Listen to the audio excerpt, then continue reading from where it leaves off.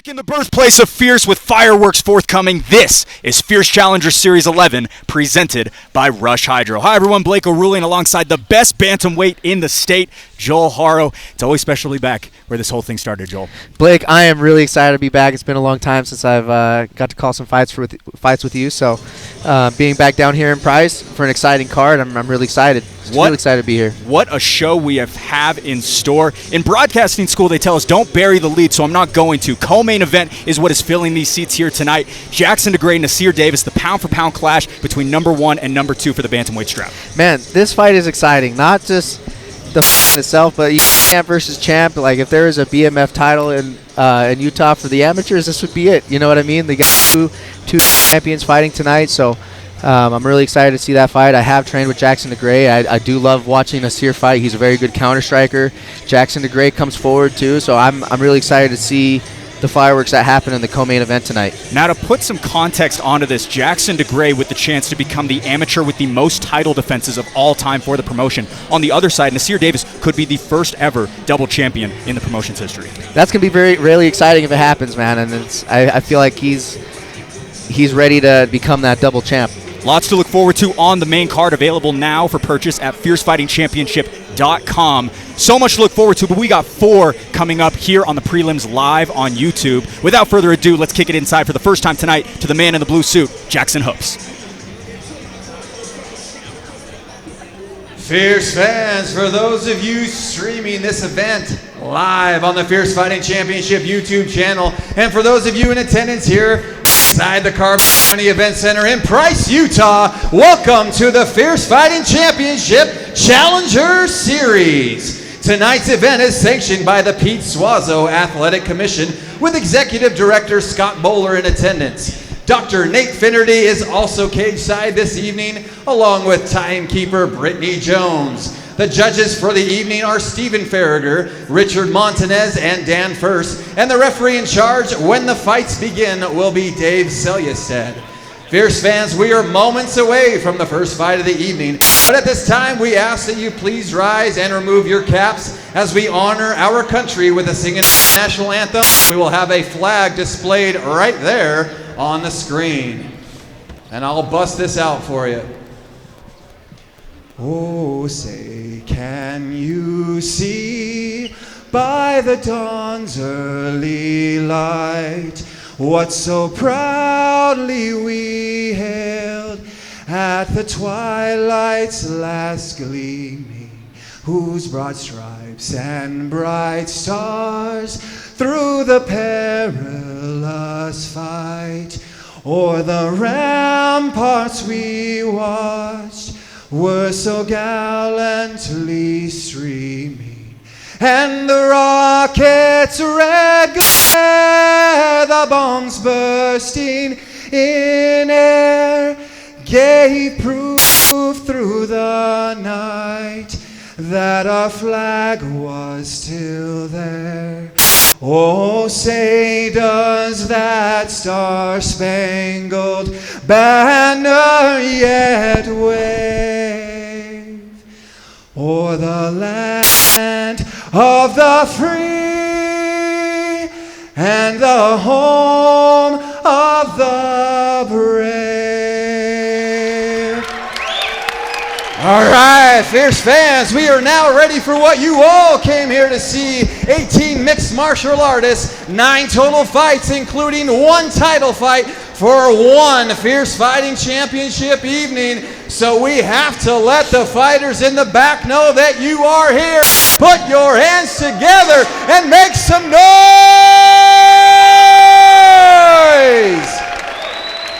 Yes, sir.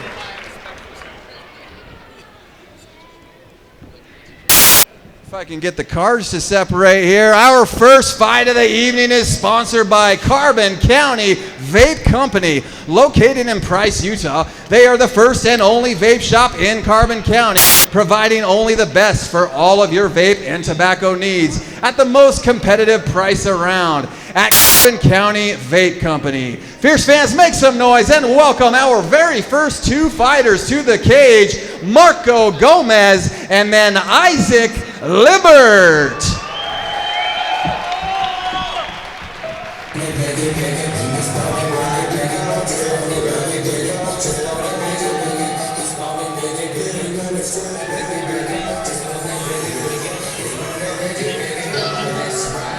First of 5 tonight, here is Marco Gomez. Joel, when talking to him, he told me he believes falling back on his mental fortitude will be an aid in his success.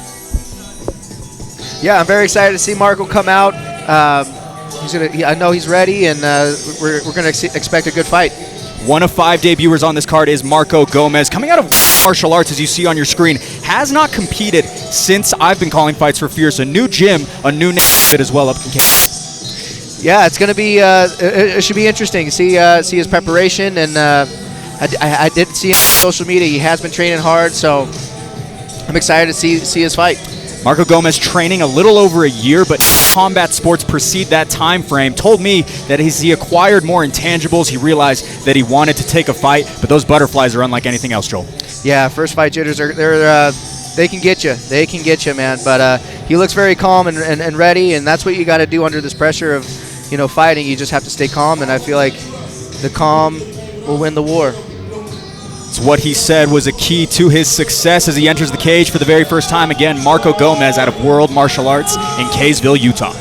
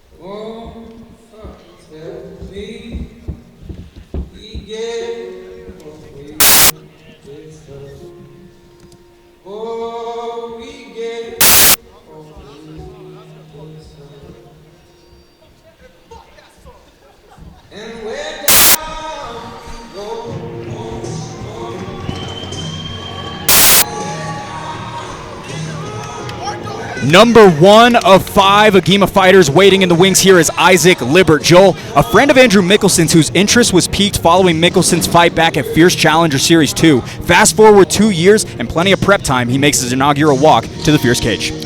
He's making his first walk, and he's coming out of a great gym.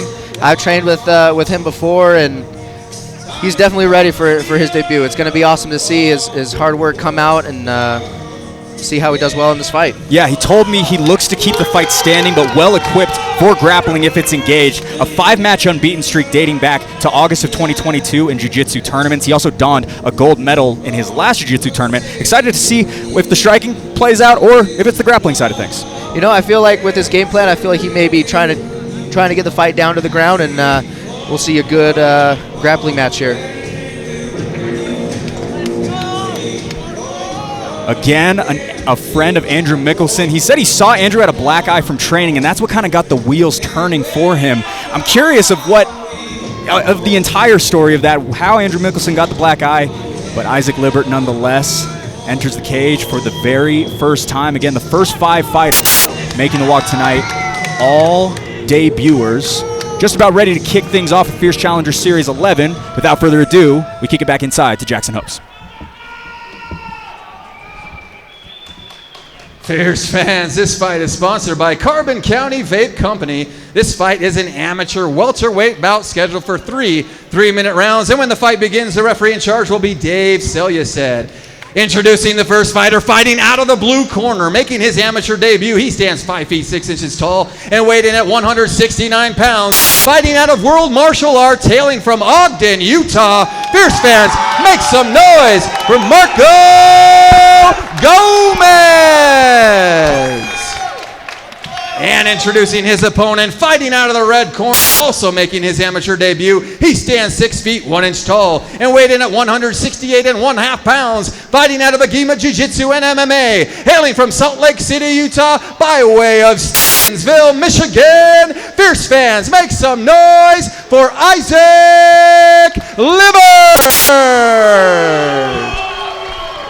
First of 18 tonight is Isaac Libert in the red gloves. Following suit is Marco Gomez in the blue. This amateur welterweight bout to kick off Fierce Challenger Series 11 is brought to you by Carbon County Vape Company, your local spot for your vaping needs. ID is required for entry. Carbon County Vape Company, an official sponsor of Fierce FC.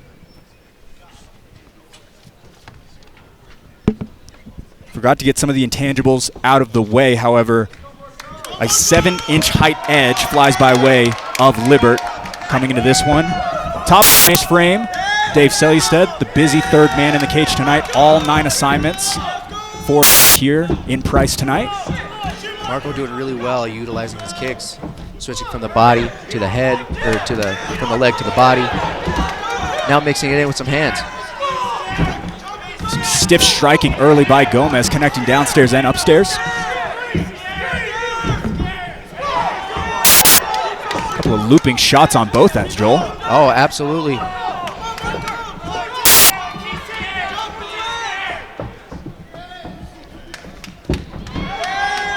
Gomez attacks the body. Libert answers back with his own.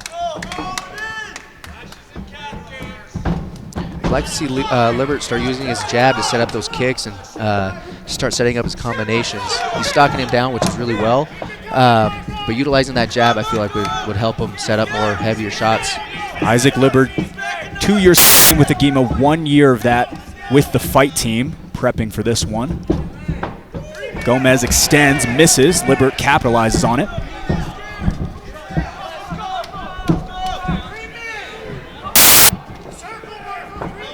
Libert starting to find that right hand.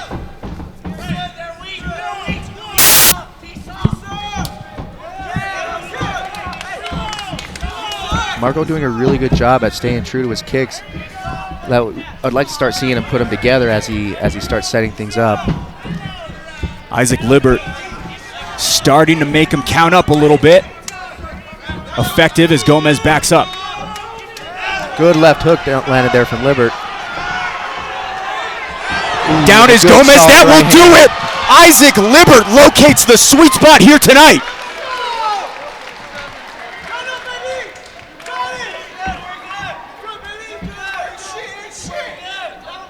Dave Selystedt calls it off. Little bit of confusion. Dave Selystedt bringing in the doctor, but did call it off.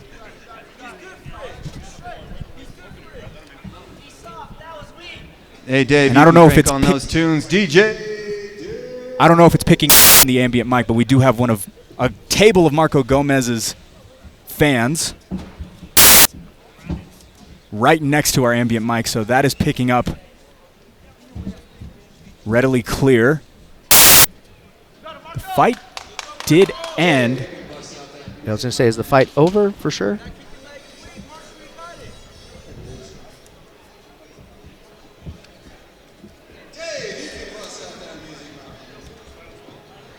A little bit of an anticlimactic finish, Joel. I don't know if I've ever seen a fight end, then people don't know if it's over. Yeah. But it does seem like chapters closed on the debut for Marco Gomez and Isaac Libert. Yeah, I think everyone's feeling the same right now. But hey, sometimes those things happen. So looks like we're going to bring the winner here to we'll get the official decision.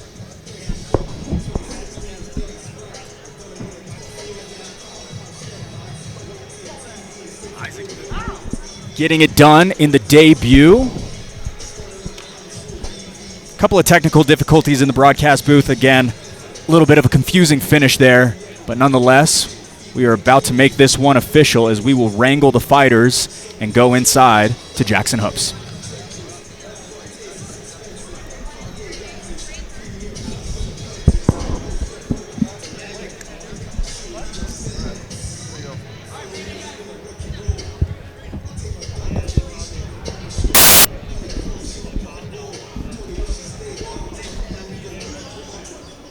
Fierce fans, referee Dave Selystedt has called a stop to this contest at 1 minute and 50 seconds of the very first round, declaring the winner by TKO out of the red corner, Isaac Libert.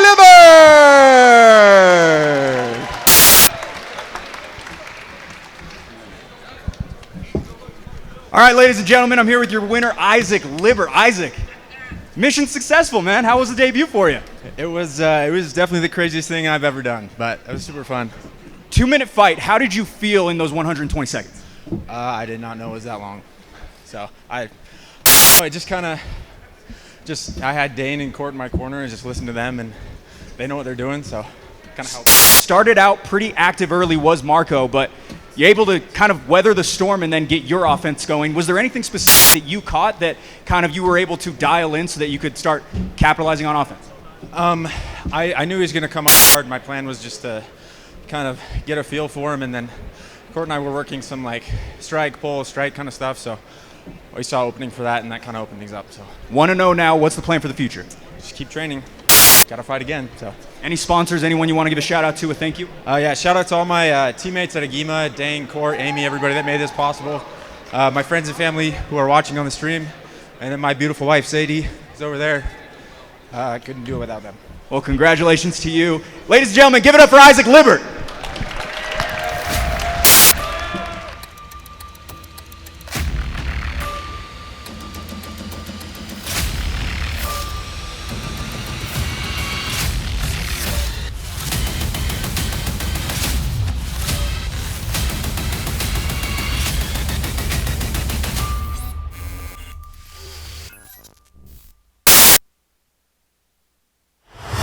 Trent Miller! He has found his stride right now, and he is looking sharp.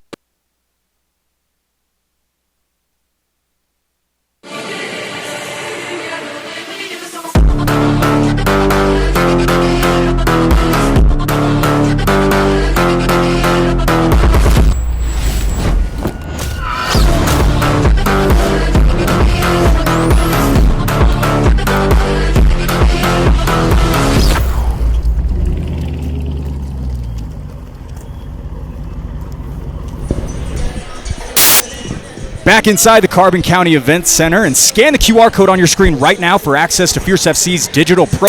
Get the inside scoop on every fighter making the walk tonight, as well as additional information on future shows. Blake O'Ruling alongside my man Joel Haro for this one. And Joel, a fast finish for Isaac Libbert. He looked dominant in there. That was a really good performance from both guys. You know, it was awesome to see both of them land their shots, have their moments in the fight, and Isaac comes away with the win with a very impressive finish. Plenty of prelim still to come. With kick it back inside to Hoops. Fierce fans, our next fight of the evening is sponsored by Market Express. As a locally owned and operated convenience store here in Price, Utah, they offer top-tier gasoline and premium diesel, along with fresh food made daily and truck and carpool parking at Market Express. Fierce fans, make some noise and welcome Callan Curtis and then Dalton Moon to the cage.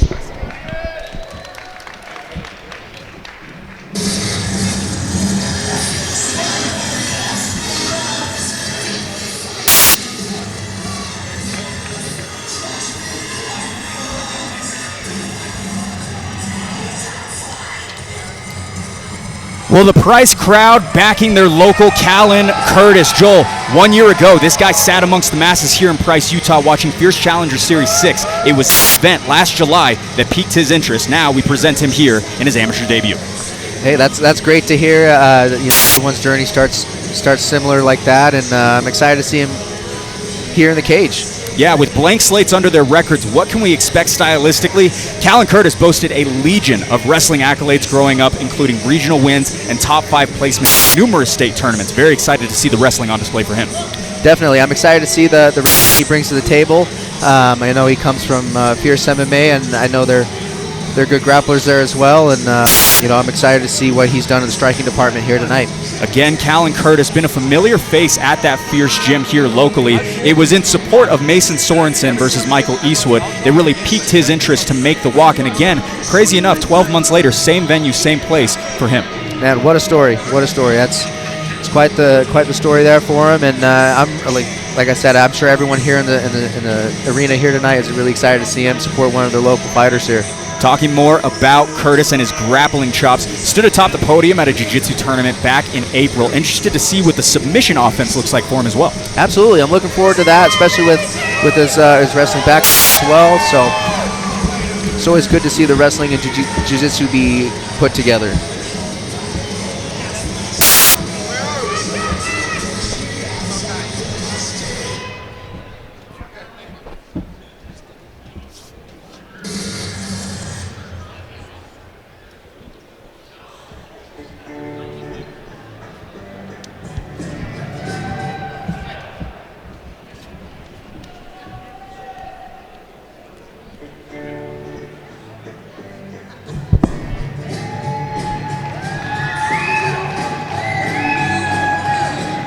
Nearly a year in the room draws in Dalton Moon. Joel, there was endless excitement from the Agema team when Moon was announced on this card. Got us all actively anxious for a forecast out barn burner with Callan Curtis. Yeah, this is going to be really exciting. He also comes from another really well-credited gym, and we should be able to see some fireworks tonight in this match. Dalton Moon originally slated to face Alma Filet Ali, but following a drop-off on the card, Curtis Moon agreed to meet in the middle at 140 pounds. With that, let's get the intangibles out of the way. Here's your tail of the tape, powered by Rush Hydro. Callan Curtis opposite Dalton Moon. Curtis, the older man by 1 year. The 3-inch edge in height flies by way of Curtis. No issues on the scale for either party, coming in well under the 140-pound rim.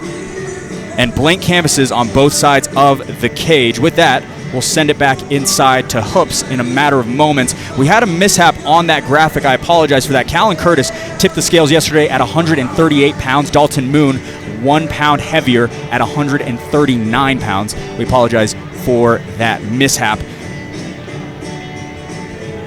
Dalton Moon still getting checked out by the commission. 11 months at Agema, 9 months with the fight team. And again, Joel, so many people looking forward to seeing what he can put on display.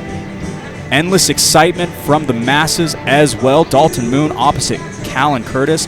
Second of 4 here on our prelims. Back inside, we go to Hoops. Fierce fans, this fight is sponsored by Market Express, and this fight is an amateur 140 pounds catchweight bout scheduled for 3 3-minute rounds, and when the fight begins, the referee in charge will be Dave Selyestead. Introducing the first fighter, fighting out of the blue corner, making his amateur debut. He stands 5 feet 9 inches tall and weighed in at 138 pounds. Fighting at Fierce MMA, hailing from Price, Utah. Fierce fans, make some noise for Callan Curtis! And introducing his opponent, fighting out of the red corner, also making his amateur debut. He stands 5 feet 6 inches tall and weighed in at 139 pounds. Fighting out of Agema Jiu-Jitsu and MMA, hailing from Eldon, Missouri. Fierce fans, make some noise for Dalton Moon! First rep for Dalton Moon in the red gloves. On the other side is Callan Curtis, who will swing with blue. This amateur 140-pound catchweight bout is brought to you by Market Express, Price's locally owned and operated convenience store, tagged with top-tier gasoline and premium diesel. Market Express, an official sponsor of Fierce FC. Both guys looking ready. Dalton Moon told me it's a kill or be killed mentality here tonight, expecting deep waters as we get straight into the action. Going right to a jumping guillotine there off the takedown attempt. Looks like he might have that locked up. Dalton Moon already looking to make quick work. Tied underneath the chin, but Curtis privy to it as he tries to step over. Great defense against that guillotine there. Joel, that was tight. That was really tight. Now he's got to start working is getting his head out there, head out from there, and keep that pressure up against the fence. Looks like they're wrist fighting there, hand fighting. Highlighted in the scouting report for Callan Curtis to wrestle. Dalton Moon separates and tries to throw some action upstairs. Back in on the takedown. Moon immediately back to the guillotine. Back to that guillotine immediately.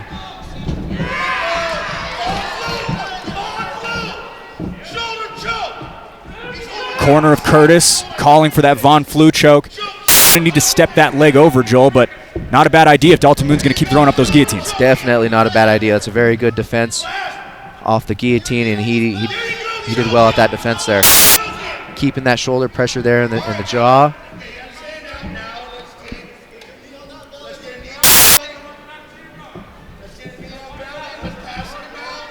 Just about the halfway point of round one. Curtis, a couple of takedown attempts and now moving to mount. Moon in a world of trouble here. He started off hot with that tight guillotine. The second one, not as much. Yeah, I'm hoping it didn't burn his arms out. Keeping that dominant position there is Curtis. Looking at a position to start causing damage. Landing some heavy shots on top. Moon frantic on the bottom, finds a reversal. Good reversal there from Moon. Back to the standing we go. Moon straight into the action. Head hunting with the small windows he gets before Curtis starts to drape back on top of him. Curtis looking at possibly a guillotine there. Nice Landing knee up some the knees there. Dalton Moon looks for a quick protest of a low blow. But we play on here. A foot stomp by Curtis. Good knee attempt there from Moon. Good knee from Curtis in the clinch. Stiff, echoing shot straight up the breadbasket in favor of Curtis. Curtis wanted to get the fight back to the ground. Another flooring for Curtis. Moon finds himself on the bottom. Curtis looking to pass. Curtis doing a really good job of keeping control on top and landing some heavy shots when he does throw. 10-second clapper did go. Waning seconds here of the first frame. What a first round, Blake. Interesting one. Back and forth, but mostly in favor of Curtis. But Dalton Moon, he just doesn't have the opportunity. Curtis is all over him. For sure, yeah. I mean, Moon's definitely had his moments in the first round as well, especially with that guillotine in the first few seconds. But yeah, Curtis has taken over and utilizing his wrestling very well. We see Moon looks a little bit gassed. A lot of energy expenditure trying to peel him off. Sure. Yeah, absolutely. I wonder how his gas tank's going to be throughout the rest of the fight going into the second round. Dana Aristizabal as well as UFC welterweight Court McGee in the corner of Dalton Moon. 5 Agima fighters on this card. Obviously, Isaac Libbert already making that walk. Dalton Moon, the second of that crew. Joel, if you're speaking and you're in Court McGee's shoes right now, what are you saying to Dalton? Because this is the first time he's ever done this. Through the first 3 minutes, this is all brand new to him. Sure. I would say don't rush your shots. Don't rush your takedown attempts. Don't rush your strikes. You know, get your wind back a little bit. You can take smooth and heavy a little bit. So, you know, recover as quickly as possible, opening in the rounds, and don't give up any takedowns. Top of the second round we go. 2 more fights on the prelims following this one. Good counter kick there off the right hand. Curtis cracks the body. Able to close the distance once Finds again. a single and sweeps him down. Dalton Moon active on bottom. Little bit of separation, but Curtis right back on top. Suffocating pressure by the fighter out of Price, Utah. Yeah, and that wrestling pressure is no joke either.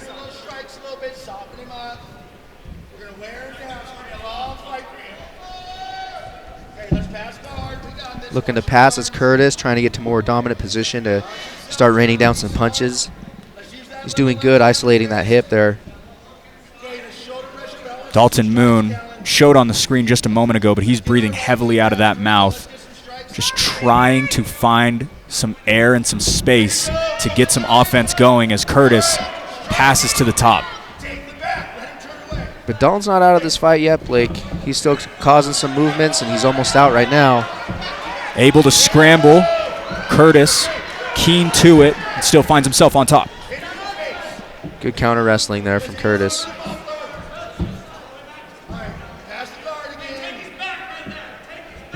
Another note about this fight. Again, we talked about it earlier, but these two guys weren't scheduled to fight each other as of 3-4 weeks ago. This is relatively new Good for right both. hand there from Moon. As Moon separates and attacks the chin of Curtis. Back to that wrapped up guillotine. You can hear his corner tell him to use it to sweep. We'll see if he goes for that attempt. Sits up to readjust. Let's see if he can pull it off here, Blake. This is a solid spot for Moon. His best look since that opening exchange. Definitely. And Curtis does a good job getting out. Popping out the head. Moon now pulling this out of his grappling bag of tricks. Looks like a rubber guard at Joel, but to pull that off in MMA. Tough to pull that off, especially when you're flat on your back. You know, if you're not that flexible, see how he readjusts to his right hip. If he would have done that when he went for that rubber guard, he would have been able to get that leg in front a little bit easier there, I believe. Also could just be a really flashy triangle as well, potentially, but I don't think that's what it was. Absolutely. In case anyone wants to talk about that after the fact. I've been DM'd a few times. Moon working that butterfly guard on the left side. Dave Sellistead going to separate the two fighters. No nonsense from Dave Sellistead. A little bit of work going on down there, but wants to keep this one standing as Callan Curtis has been successful on the takedown prowess thus far. I'd like to see Dalton Moon start circling off the cage a little bit. That's when those takedowns are really coming into play to this fight, when Dalton has his back against the cage. If he can circle off the cage a little bit more, I feel like round 3 could definitely be his. You're saying more movement, just giving not a stagnant target for him to try to hit. Correct. Yeah, I mean, his stand-up's looking really good tonight. If he just circles off the fence there a little bit more, stays moving a little bit more so he's not a sitting duck to get taken down, I think that could really turn the tables here in this third round. In terms of Callan Curtis, he's batting 1,000 right now, Joel. Yep, he is batting 1,000 right now, Blake.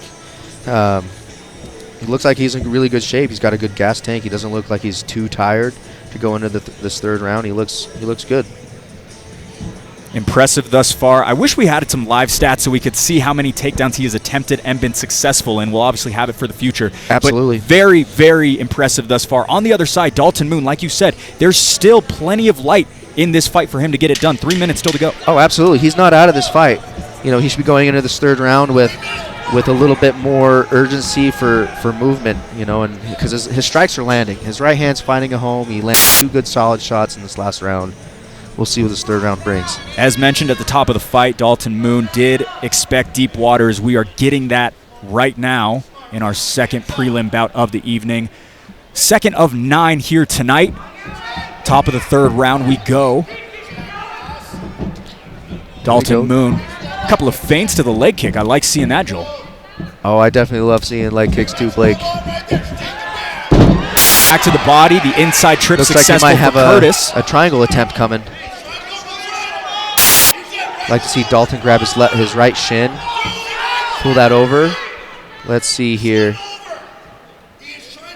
Trying to set that up. I'd like to see Dalton use his left hand to grab his right shin and fold that. There we go, right there. Bring it further across that back, right? Yeah, bring it further across the back. But he's in a good position right now. If he can keep that, not burn his legs out, he's going to lock it up. Moon still a little bit shallow, but it seems to be affecting the offense of Curtis. We hear the corner of Curtis right next to the broadcast booth giving instructions. Steve Ergel got a handful of fighters on this card here tonight. But Callan Curtis looks like Dalton might switch the arm lock there. Closely flirting with an escape, but now needs to exit the elbow, able to escape. And with that, Dalton Moon's best look is up fast. Curtis effective back up top. I'd like to see Dalton start trying to create some sort of movement here. He's pretty heavy up on his back. If he could just tripod up, I feel like Curtis will fall forward. Under 90 seconds to decide this one in what has clearly been Curtis domination in terms of the grappling department. One hook in for the prize fighter. Good control here from Curtis. Looking for that rear naked choke. Dalton might be able to get out. Moon seems to have his wits about him. Still defensively sound.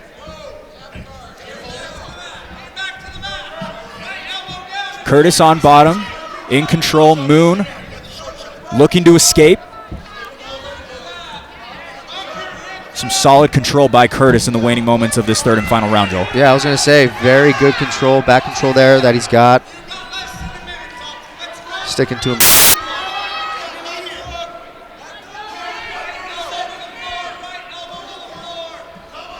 Good fight from both of these guys. See if Dalton has a little bit left in him to start getting up. Reverse the position.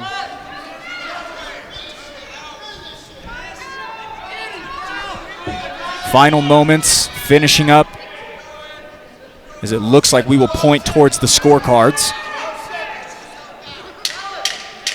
As the 10-second clapper goes, all Callan Curtis through 9 minutes. primarily due to the control time, Joel. Absolutely. I'm going to go with Curtis on this one just because of the control time. Really good control, really good ground game that he's got. Did really well catching strikes for those takedowns as well, catching those body kicks and those leg kicks. Good job from both gentlemen, though. Dalton had really good moments in the fight with the striking, and, back to the drawing board. Nothing to hang your head about. Well, we are subject to the scorecards, but it seems as though many people have it on deck for Callan Curtis. On the other side, Dalton Moon. Disappointing way to close it out, but he did have some big moments, Joel. He had some very big moments in there. He almost had, especially in the third round, he had that triangle attempt. I thought he was going to finish it there, but then I saw him slowly start going to the arm lock attempt off of the triangle, and Calvin did a really good job getting out of both of those submissions. Still tallying up scores are the judges and Jackson Hoops. Callan Curtis right up against the broadcast booth. Got to be exhausted after all that. Oh, yeah, absolutely. Absolutely. Doesn't look too tired, though. Seems to be ready for potentially a post-fight interview.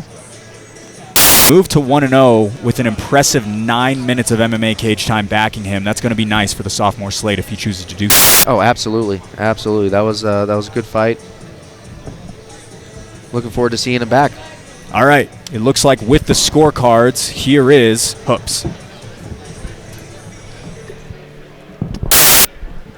Fierce fans, after 3 rounds, we go to the judges' scorecards for a decision. The judges score this contest 29-28, 30-27, and 30-27 for your winner. Out of the blue corner, Callan Curtis!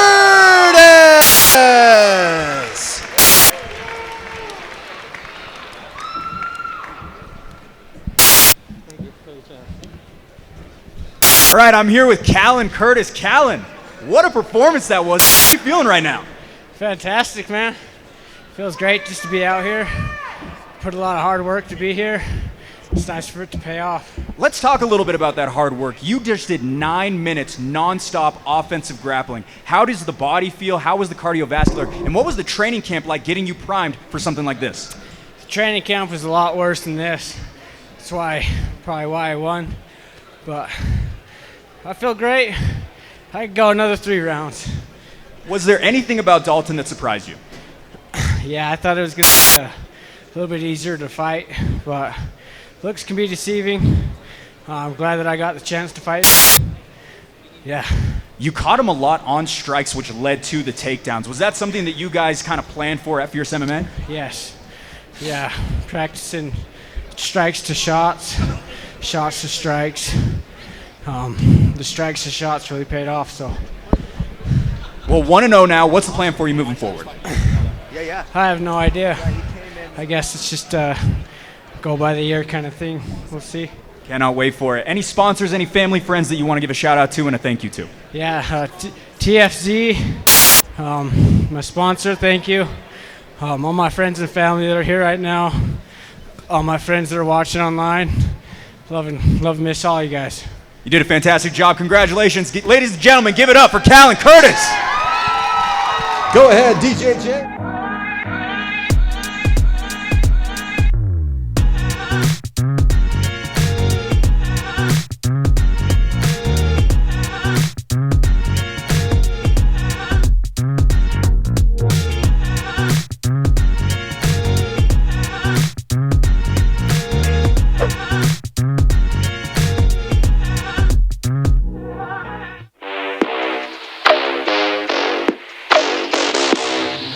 You are now in the presence of a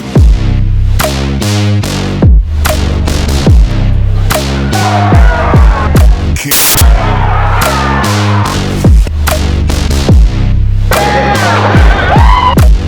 Tastes like I'm enjoyed. Freaking good. Bomb.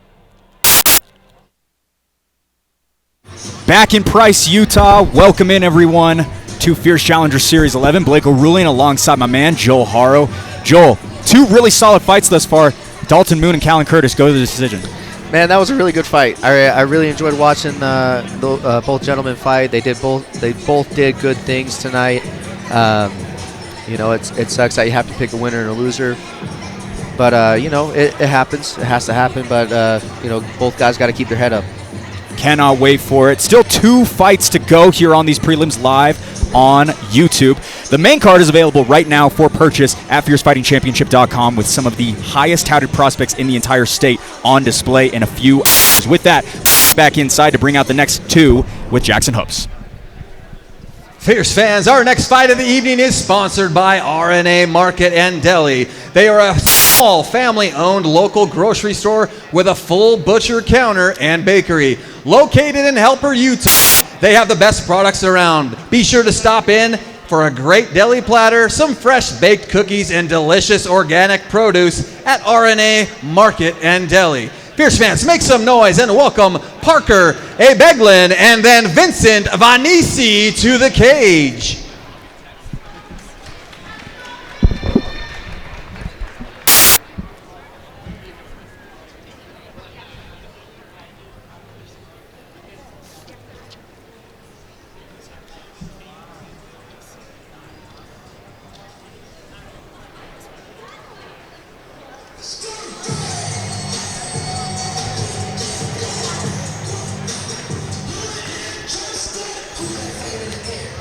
All right, 5th and final debuter here tonight is Parker A. Beglin. Joel, north of 1 year prep time, priming for a lifelong goal. Lots to take in for the debuting 21-year-old. Oh, definitely. After a year of training, I feel like that's a good amount of time to start thinking about fighting as well, if that's what your goals are, you know. And I'm excited to see him fight tonight and have a good fight. Yeah, and so I was talking to Jordan Buscarini, who is a local radio personality as well as a reporter here in the area. Parker A. Beglin went to school just down the road at Emory High School. Former discus thrower, a sprinter, a right tackle for the Emory High School football team. Also wrestled up at 285 pounds. Though he was undersized, he still found so much success. Blake, he's got that dog in him. He's got that dog in him. I'm excited to see him bring out that dog tonight. 1-1 in jiu-jitsu competition is A. Beglin. His lone win was by a steep point advantage, which you got to think the wrestling is going to be on display here in this one. Oh, absolutely. I believe that wrestling is definitely going to be on display, and I think that's going to be his key to victory for tonight. Parker A. Beglin, 0-2 with Empire MMA, or I apologize, Empire MMA 0-2 this year under the Fierce banner. He'll take on that task of snapping that cold streak here tonight. I'm looking forward to see it. He's got the wrestling pedigree, so let's check it out. First feeling inside the cage for Parker A. Beglin as he awaits Vincent Vanisi waiting in the wings.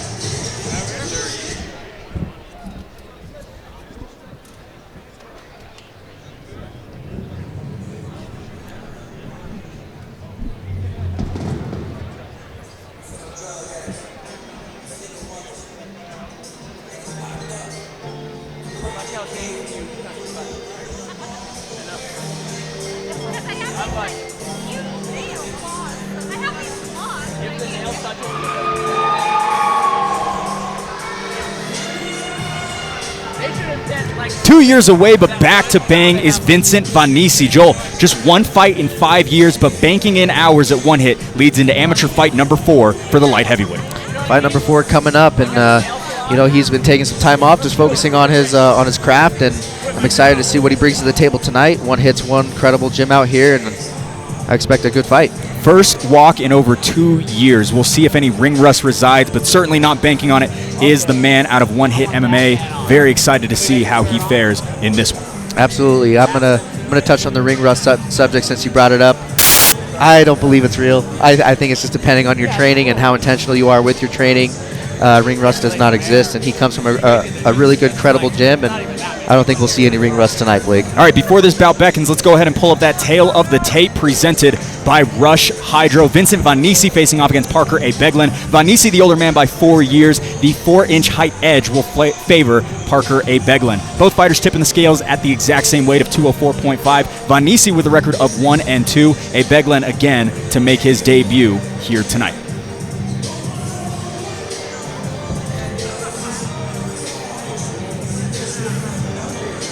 Vincent Vanisi, last win was his debut back in February of 2019, 1,974 days ago. Going to snap that right now, Joel. Yep, it's going to be exciting to see. I know he's been working hard. I'm excited to see a really good fight, especially from both these guys. Obviously, out of One Hit, a friend of Zach Partridge, a teammate as well, told me that he is chomping at the bit, I apologize, to make this walk. And with that, back inside the cage for the first time in 2 years is Vincent Vanisi. He looks ready to go, Blake. All right, now for fighter intros. Here's Jackson Hopes. Fierce fans, our next fight is sponsored by RNA Market and Deli, and this fight is an amateur light heavyweight bout scheduled for 3 3-minute rounds. And when the fight begins, the referee in charge will be Dave Selyestead. Introducing the first fighter, fighting out of the blue corner, making his amateur debut. He stands 6 feet 2 inches tall and weighed in at 204 1/2 pounds. Fighting out of Empire MMA, hailing from Cedar City, Utah. Fierce fans, make some noise for Parker, the Princess A. Beglan. And introducing his opponent, fighting out of the red corner, holding an amateur record of 1 win and 2 losses. He stands 5 feet 10 inches tall and weighed in at 204 1/2 pounds. Fighting out of MMA, hailing from Salt Lake City, Utah. Fierce fans, make some noise for Vincent Vanisi. Long layoff for Vincent Vanisi, sporting the red gloves. Empire MMA's Parker A. Beglan answers in the blue. This amateur light heavyweight bout is brought to you by RNA Market. Food in the end is our tradition. RNA Market, an official sponsor of Fierce FC.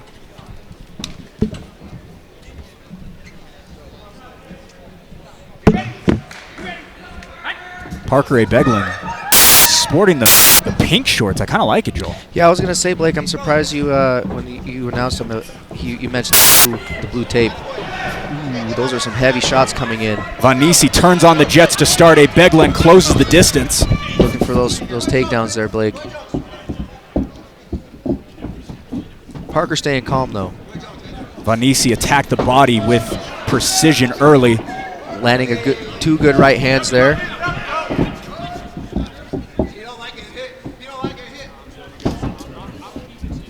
Vanisi lightning fast as he answers upstairs. Landing really heavy shots, Blake. A. Beglan attempts the takedown, unable to locate Vanisi. Back to the center we go.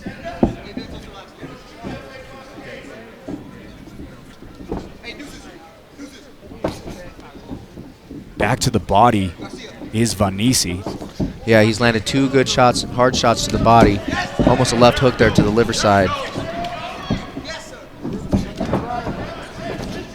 Vanisi now headhunting a little bit more, turning on the gas as he attacks the body once again. I like what he's doing. He's going to the body, going right back to the head. You know, keeping his opponent guessing. And those shots are heavy, Blake. I can hear him land through these headphones I'm wearing. Couple of light heavyweights again weighing in yesterday at 204.5. Certainly picked up some LBs overnight as A. Beglan closes the distance, and now and on a single.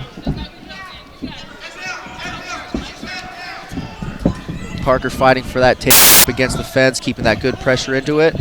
Uses that pressure to take him down. Then beautiful job. A. Beglan to slow down the fight a little bit as he floors Vanisi. Lands a good heavy shot there.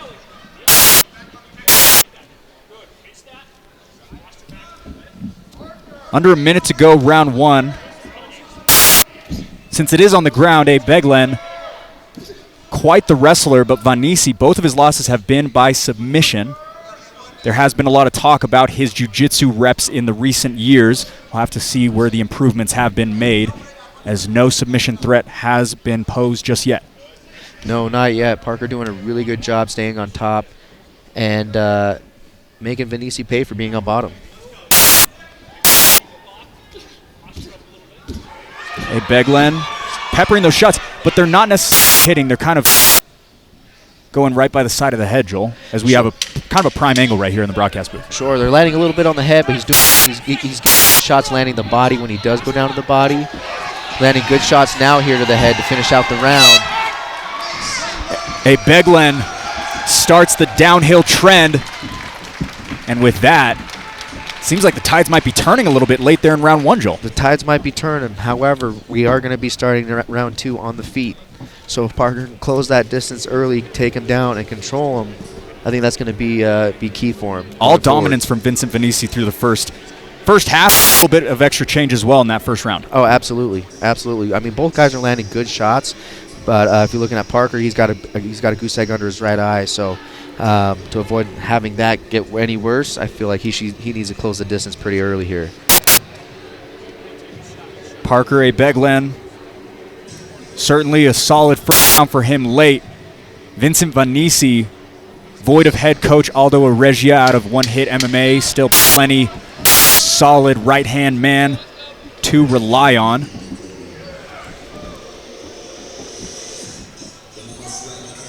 Both men looking ready for round 2. Here we go.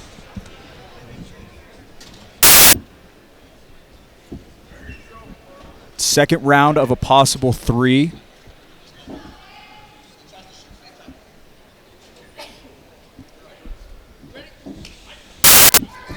Back to the action we go. No touch of gloves still. Locking up the cage tonight is taking a little bit longer than usual. We've added some additional security to it since the last time we had a show, for anyone that might remember that. Oh, yeah, I heard about that, Blake. Parker Ebeglen landing early here at the second round. And there's Vanisi, a beautiful shot there. Good defense there by Vanisi. Parker looking for the double, and he gets it. Nice double leg off the fence there. Parker Ebeglen pops off the Price crowd as he sends Vanisi back to the canvas. You know, faced so much adversity early, but we are really seeing the athletic ability of this guy. Absolutely. You're starting to see Parker get into his zone and feeling more comfortable in this fight now that he's on top, and now he's gotten the confidence of taking him down.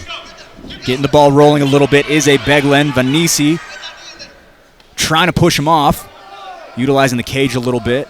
If you're Vanisi, main goal right now is just to get it back up, right? Oh, absolutely. If I was Vanisi on bottom, I'd try to get up, get my back towards the fence, and utilize the fence to get back up.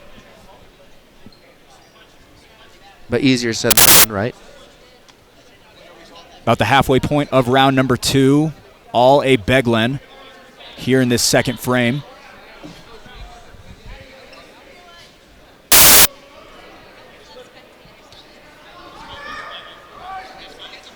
I feel like Parker's going to have to stay a little bit more busy than he is right now if he wants to keep the fight here. You know, I feel like the referee may step in and stand him up soon. Dave Sellius said was quick with the trigger earlier on with Callan Curtis. We'll have to see if he follows that trend as Vanisi looks for the reversal, able to land it. There. And we hear out of the corner of One Hit, position before submission for Vanisi as he looks to exit that right leg to move to mount. Looks like Parker has got a good lockdown there on Vanisi's leg. See if he can utilize that to sweep when we get back on top here. Ebeglen moving well, you said, Joel, staying composed in the fire. Vanisi landing a beautiful reversal to put back on the offensive side of things. Ebeglen now trying to get up on a hip. Looking to get up off his hip. Possibly a low level single there opportunity. 10 ticks to go, round 2. As it looks like we will go to a third and final for the second fight in a row. Interesting matchup thus far, Joel. Judges' scorecards got to be scattered a little bit right now. Oh, yeah, definitely. That's for sure. You never know how they're going to score that reversal there towards the end of the round. You know, I feel like this round was majority of Parker's round. But great job for Vanisi getting that reversal there in the last few seconds of the round. Breathing heavily is Vanisi as he heads to the third round. He's been there once before. It was his last fight back in May of 2022. But again, like you said, Joel, you don't believe ring rust is a thing. Certainly not here for Vincent Vanisi. I don't think it's a thing, and I think we're seeing that come to light here in this fight. Calm, cool, and collected on the side is One Hit. Looking for his first win in nearly 2,000 days. Parker Ebeglen giving him everything he's got, though. Oh, absolutely. Parker's not out of this fight. Price faithful showing up as always. Again, this is where the entire show began back in 2016. Always happy to come back to where it all started many years ago. What Fierce has grown into is quite phenomenal, but we can't forget about the people here in Price, Utah. Oh, absolutely. I remember that first show I came out to watch, and I was out on the baseball field, in fact. I think Samson Fomobout was the main event, and now we're here at the Carbon County Event Center. Third and final round between these two light heavyweights. Back to the center we go. We saw a lot of striking output by Vanisi early. Parker A. Beglin been showing off some of that wrestling later on, but looks like his shoulder is compromised a little bit. Looks like he hurt his shoulder there. Took a split second to look at his corner. Joe looks like he's in a little bit of pain, looking over to the corners, wincing a bit. It's that left shoulder. We saw a little bit of pain on the side of A. Beglin. Yeah, we'll see what's going on with it after the fight, but I feel like he's going to start using it here. Sets up that beautiful leg kick there with the hook. Vanisi slaps one back a little bit harder. Been investing in the body and the legs a lot of this fight, Joel. Certainly showing his veteranship in this one. Again, first fight was back in 2019. Been around the gym for quite some time, is Vanisi, and showing it right now. Oh, absolutely. I'd like to see him start attacking the body, throwing that right hand to the body. But Parker gets in on a good shot. Looks like he's going to take him down again. A. Beglin grabbing the fence in front of us a little bit. Back to the well for A. Beglin. Vanisi trying to mute it. A. Beglin's corner calls the single leg as Vanisi tries to pry him off. Scorecards are still hot with 90 seconds to go, Joel. Lots to still be thrown up for the judges to see. Oh, absolutely. Parker's trying hard to get this takedown, sweeps out the leg and gets it. A. Beglin lands it. Vanisi on bottom as he jumps to mount. Nice spot to be with about 75 seconds to go. Now looking to cause some damage on top here. Interested to see what prioritize off of the scorecards, but for right now, A. Beglin throwing some offense from the top late in round 3. He landed one good hammer fist there, Blake, and it was a loud thud. Selystedt giving it a good look. The Price crowd in the hand of A. Beglin. There it is! Parker A. Beglin closes things up in the debut with a local finish for the Price crowd. Man, what a performance. Stuck to his game plan, took him down, and got the W with the TKO. I don't know if it came through on the cans.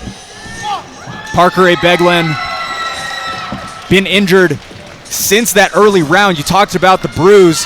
Something is wrong with both the shoulder and the eye, but able to will a comeback and get the win late in round number 3. Like I said, Blake, he's got that dog in him.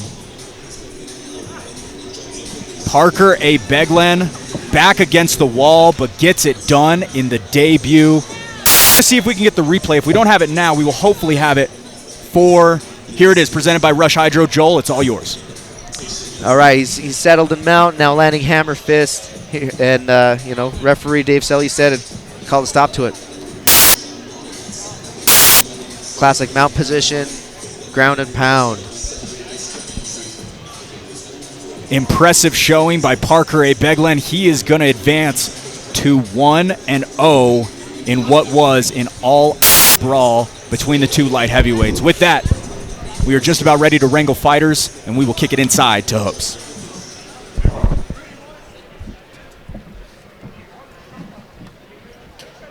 Fierce fans. Fierce fans, referee Dave Selystedt has called a stop to this contest at 2 minutes and 16 seconds of the third round, declaring the winner by referee stoppage due to strikes out of the blue corner, Parker the Princess A. Beglin.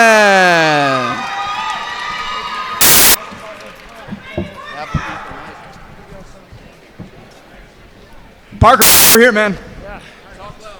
Parker, congratulations. What a showing that was. That was an all-out brawl. How do you feel after 9 minutes or just about 9 minutes of action? Tired, but good. It feels good. I've waited on a fight for a long time, so it feels really good. How did it feel to have the Price crowd backing you here tonight? They really were pulling for you there near the end. Yeah, it was nice for sure. I could hear it was very motivating. We see the bruise under the right eye. Is your left shoulder okay? We saw at the top of round 3, it looked like you were wincing a little bit. Yeah, it's got some problems, but it's fine. Was there anything specific that happened or that Vincent did that caused that? Well, I just threw a hook and it kind of came out by itself, you know, like I've had problems with it for like years now, so it slips out sometimes. It looks like we do have the replay, I believe. If you want to look at the screen and kind of break it down for us, what you did near the end of that fight. Yeah, I punched him quite a bit. That's about all it is, you know? For you, this fight, obviously you said you've been waiting a long time to do it. Did it kind of live up to expectation for you? For sure. I was very anxious before I came out, and at first I was like, what am I doing? But it's definitely worth it now. Plans to come back? For sure. Absolutely. Cannot wait for it. Any family, friends you want to give a shout out to and a thank you? No, I'm okay. Ladies and gentlemen, give it up for your winner, Parker A. Beglan. You still have another one to go. And people ask me all the time, bro, you're 37. It's so hard. I'm going to show you guys a secret. What get me going? Peace is what get me going. Roshi Hydro, developed by one of the best dietitians, Marcelo Frel. That's the first thing that I've been taking after weighing. So I go to UFC and make the weight. That's the first thing that I take and recover. And that's the thing that's going to get me going to the next session. Roshi Hydro. I told you guys, the second is done. Roshi Hydro. That thing gonna get you going. Make sure you get yours. Oh, man. Don't worry.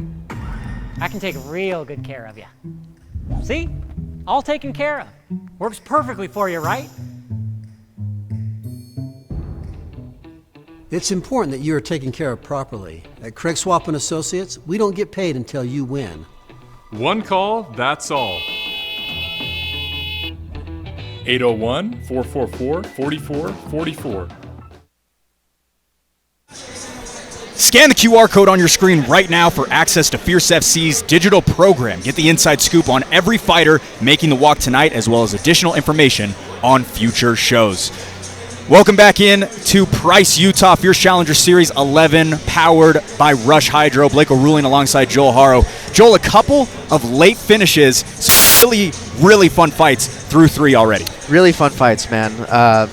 We got a couple going to decision going to decision, my apologies. Going to the later rounds, getting the finish in the later rounds. That's, you know, you see the conditioning level of these fighters that are going for the finish and keeping a good gas tank. You know, that's what I like to see, and you know, it's never fun getting tired in a fight. So kudos to these fighters tonight. Impressive showing for Parker A. Beglan. Now to headline these prelims, Alan Aragon, Randy Kopczynski at 175 pounds. I apologize. They're both waiting in the wings. Again, Fierce Fighting Championship 33 in a couple of weeks from now. Fierce Challenger Series 11, the main card available for purchase right now at that website. Looking forward to it. With that, let's go ahead and bring out Kopczynski and Aragon. Fierce fans, our final fight of the preliminary card is sponsored by Pepsi. As the official Fierce Fighting Championship drink sponsor of the evening, Pepsi will leave you thirsty for more. Fierce fans, make some noise and welcome Randy Kopczynski and then Alan Aragon to the cage.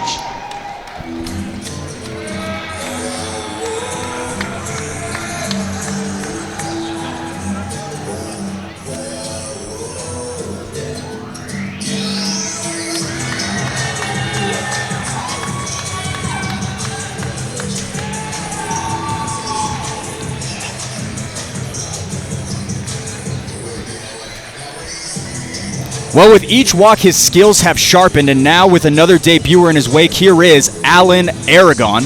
Joel, 80% control time last time out, opposite Peyton Tomlin, always been on the A side of this category. always been on the A side of the category. He comes from Agima Jiu-Jitsu, where they got really good ground game there and a good top pressure there as well. And obviously a good striking department there as well too. I'm excited to see what Alan brings out to the table tonight and get this fight done. Yeah, let's break down a little bit more of that showing last October. Successful on takedown, 67% to be more exact, 4 for 6 in totality, Joel. He controlled 7 minutes and 13 seconds of that last fight. Yeah, his takedown game is really good. He's got a really good jiu-jitsu game as well. He's a blue belt in jiu-jitsu, and putting those two together, it just makes a really good combination. Alan Aragon, I mention this almost every single time, but I'd be remiss if I didn't. A former wrestler over at Utah Tech University back in the day. We will have to see how much he can locate the outside trip on the right side, which is one of his favorite spots to initiate some offense. Again, Alan Aragon out of Agima. Already been successful here tonight. Is that gym 1-1 thus far, to be more exact. Entering the cage now is the fighter out of Agima.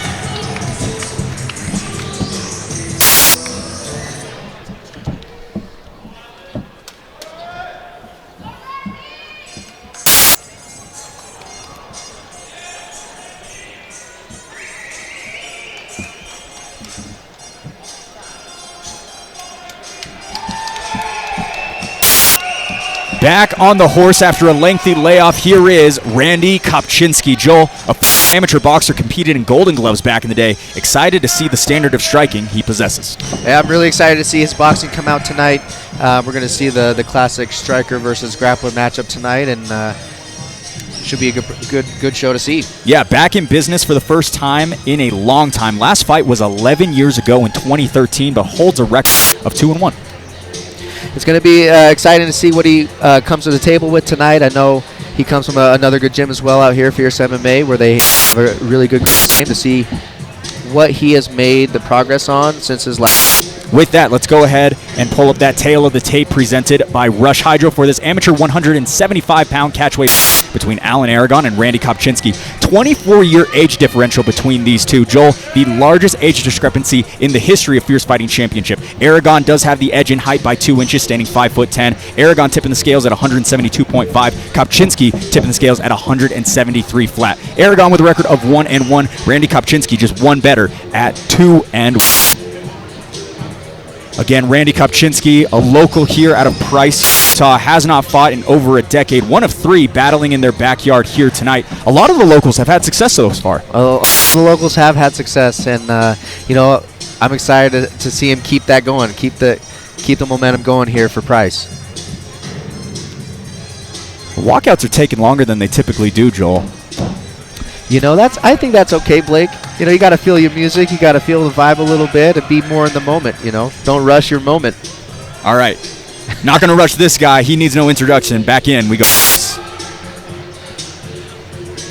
Fierce fans, this fight is sponsored by Pepsi, and this fight is an amateur 175 pounds catchweight bout scheduled for 3 3-minute rounds. And when the fight begins, the referee in charge will be Dave Selyustad. Introducing the first fighter, fighting out of the blue corner, holding an amateur record of 1 win and 1 loss. He stands 5 feet 10 inches tall and weighed in at 172.5 pounds. Fighting out of Agima Jiu-Jitsu and MMA, hailing from Orem, Utah. Fierce fans, make some noise for Alan El Oso Aragon. And introducing his opponent, fighting out of the red corner, holding an amateur record of 2 wins and 1 loss. He stands 5 feet 8 inches tall and weighed in at 173 pounds. Fighting out of Fierce MMA, hailing from Price, Utah, by way of Kalispell, Montana. Fierce fans, make some noise for Randy, the Polish Hammer Kopczynski. Agima's Alan Aragon in the blue gloves. Price local Randy Kopczynski proceeds in the red. This amateur 175-pound catchweight bout, headline our prelims, is brought to you by Pepsi. Thirsty for more? Pepsi, an official sponsor of Fierce FC. Blake, just observing these guys, Kopczynski's look is looking big. He's got some size to him. Weighed in at 173 pounds, certainly filled out since then. Straight into the action we go for the former Golden Gloves boxer. Oh! Alan Aragon finishes this one on the feet. Is that a left hook, Blake? Holy cow. Alan Aragon stops Randy Kopczynski in his tracks. Didn't think we'd see it with the striking. Randy Kopczynski still down, looks to now have his wits about him. But was finished quickly, Joel. Finished very quickly. Man, what a good strike there from Aragon there. All right, this replay is brought to you by Rush Hydro. All right, they come in. Overextends. Ooh, comes right in with his left hand down and hits him with a good solid right hand.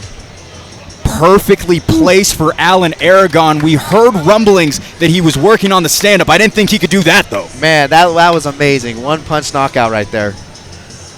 Strike thrown. First finish for the fighter out of a GEMA. That's 2 in a row now for Alan Aragon. Right on the button there, Blake. Let's go ahead and see it one more time. So quick with it. Looked like Kopczynski was going to come in with a right overhand. Drops that lead hand down. Perfect timing there from Aragon, landing that right hand. Stopped in his tracks. All it takes is one, and with that, Alan Aragon is now 2-1. Randy Kopczynski still on the stool. Got a little blood from Alan Aragon as well. Looks like Randy must have landed something early on. A lot of damage with one strike, Joel. Yeah, I want to say it was a jab in the very opening seconds. I don't remember, although I'm sorry. But yeah, got some battle wounds. Certainly ask him about it right now as we're about to make it official with Jackson Hopes. You guys can see the middle right here. Go ahead, Dave.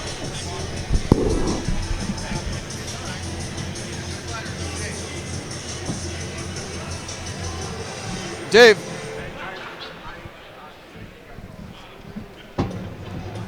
Dave, we're good. Fierce fans, referee Dave Selyaset has called a stop to this contest at 11 seconds of the very first round, declaring the winner by knockout, Alan El Oso Aragon.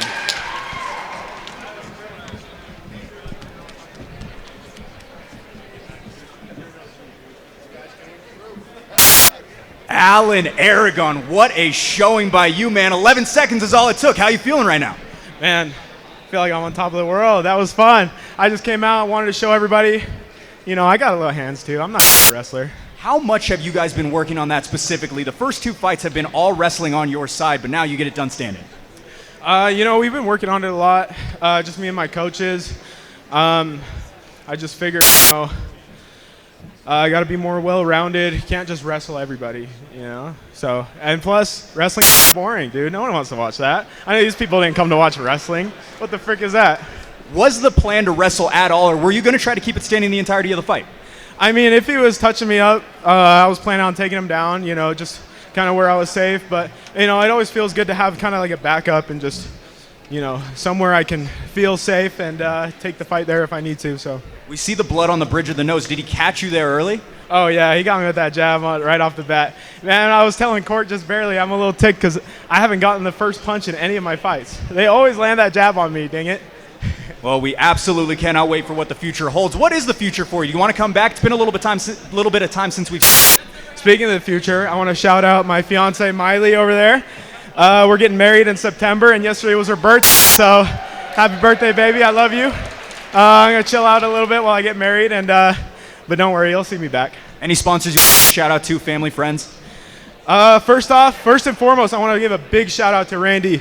Dude, him coming in here at his age and doing what he's doing, that's badass, dude. He's an OG. I really appreciate the opportunity to fight him. I just want to give a massive shout out. I want everybody in here to give a big hand for Randy right here. Let's go. Ladies and gentlemen, give it up for Alan Aragon. Fierce fans, that does it for our... He has found his stride right now, and he is looking sharp. His stock is as high as anyone's. That speed, and Trent is in big trouble. Mafileo going to work. I just need to go. I just need to fight. fight. I want to be like my big brother Ken. Do you believe in Mike Jones back-to-back first-round finishes? There's a hand from hell at Siguatu getting it done in the Maverick Center. Wow.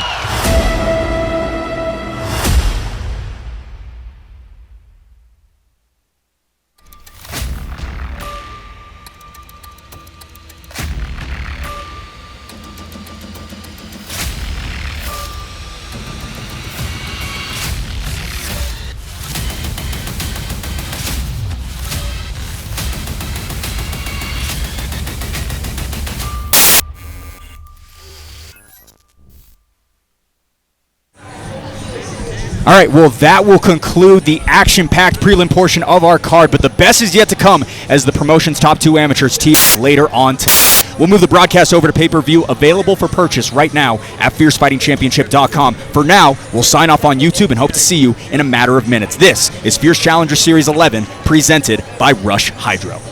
Back inside the old stomping grounds of the Carbon County Event Center, live from Price, Utah, this is Fierce Challenger Series 11, presented by Rush Hydro. Welcome in, everyone, to the main card. Mike's side is the best bantamweight in the state, Joel Haro. I'm Blake O'Rulian, alongside to call the action. And Joel, the prelims perfectly set the scene for a substantial main card with the biggest amateur belt on the line of all time. Oh, absolutely, and I'm really looking forward to that co-main event tonight. The bantamweights going at it. Jackson DeGray, Nasir Davis. Should be an exciting fight. But yeah, definitely the amateurs setting the pace for tonight. That's for sure in those prelims, man. Nate, exciting fights for sure. Nate Ayers, Michael Lazalde next to make the walk for the first time on this main card. Let's kick it inside to Hoops. Fierce fans, welcome to the main card. Everyone tuning into the pay-per-view and everyone here inside Carbon County Event Center in Price, Utah, make some noise!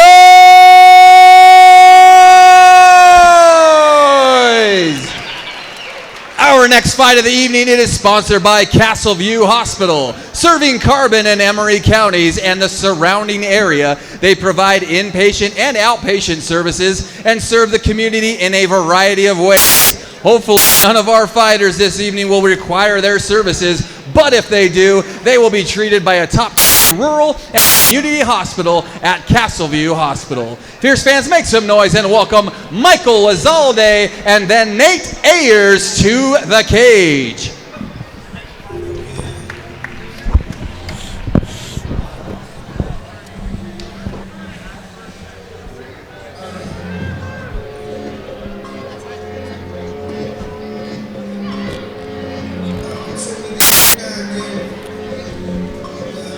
No reluctance for another rep. Here is Michael Lazalde. Joel, back-to-back with short notice additions, but after gathering some intel, there's a lot of fighters who prefer that approach. Oh, absolutely. I mean, being a fighter is a lifestyle, not just a hobby.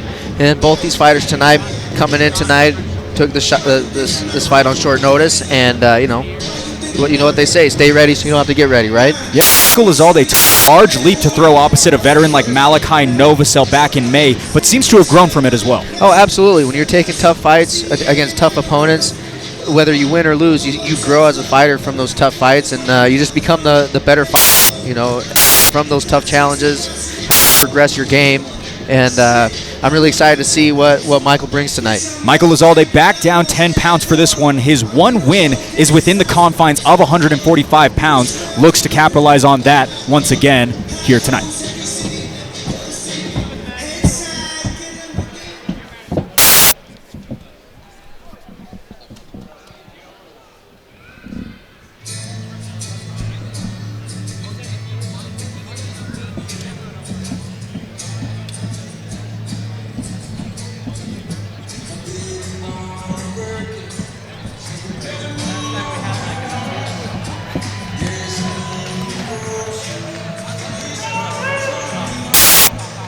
Well, his name always exudes excitement. Enter Nate Ayers. Joel, it only took 1 minute and 46 seconds to score 3 knockdowns and subsequent knockout last October in the Big Gloves. With him back in an MMA rule set, intrigue is up for his return. Oh, absolutely. I'm very excited for Nate. He is one of my students there over at Sierra Mixed Martial Arts. I do have some experience training him. He's a very explosive fighter. We saw that in his kickboxing debut. And, when he first initially told me about him fighting MMA again, the first thing that came to mind was explosive. We're going to see Nate explode tonight, and who knows? He might gather another knockout, but he's got a tough opponent in front of him. Nate Ayers brought the fans to their feet in Heber. He averaged a knockdown every 35 seconds last time out in kickboxing. We see him alongside his prominent grappling coach, Pedro Sierra, as well as Trey McCoy in his corner here tonight, alongside my man Joel Haro as well, been leaned into heavily in the striking department over at Sierra MMA. With that, let's go ahead and get the intangibles out of the way with this tale of the tape for this amateur featherweight bout to kick off the main card. Nate Ayers opposite Michael Lazalde. Lazalde, the older fighter by 1 year. Nate Ayers will have the 2-inch height advantage. Ayers tipping the scales at 146. Lazalde right at that 145-pound rim. Ayers with a record of 0-1. Lazalde with a record of 1-2. Joel, talking a little bit also, we saw so much of the striking pedigree on display, but Nate Ayers, he's won 20 of his last 22 jiu-jitsu matches as well, 34-9 in totality, dating back to January 2022. Oh, absolutely. Nate's got a really decorative grappling background. A lot of people sleep on that. They don't know about that. I believe, from what I've heard through the grapevine, the game plan tonight is to utilize that a little bit. Excited to see what is on display on both sides of things. Nate Ayers, his first MMA walk since November of 2022. With that, we'll go to the intros with Hoops. Fierce fans, this first fight of the main card is sponsored by Castleview Hospital. This fight is an amateur featherweight bout scheduled for 3 3-minute rounds, and when the fight begins, the referee in charge will be Dave Selyusted. Introducing the first fighter, fighting out of the blue corner, holding an amateur record of 1 win and 2 losses. He stands 5 feet 8 inches tall and weighed in at 145 pounds. Fighting out of Gorilla Unit MMA, hailing from Idaho Falls, Idaho. Fierce fans, make some noise for Michael Lazalde. And introducing his opponent, fighting out of the red corner, holding an amateur record of 0 wins and 1 loss. He stands 5 feet 10 inches tall and weighed in at 146 pounds. Fighting out of Sierra MMA, hailing from Salt Lake City, Utah. Fierce fans, make some noise for Nate Black Adam Ayers.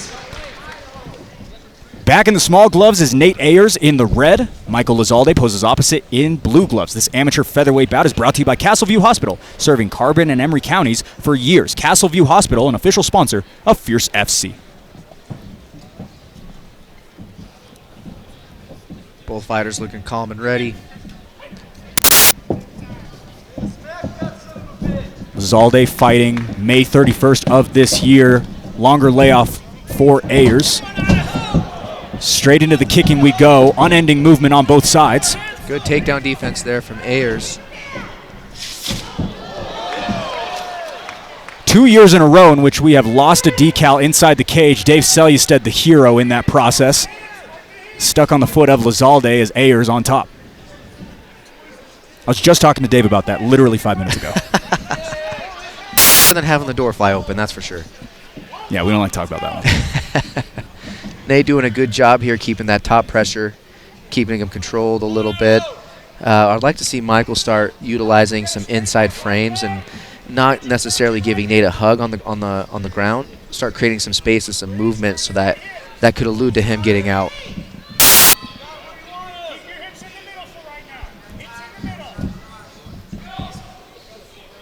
Nate Ayers also talking about this with Pedro Sierra in the back. The first MMA fighter out of Sierra MMA other than the name Joel Haro, who's sitting right next to me right now.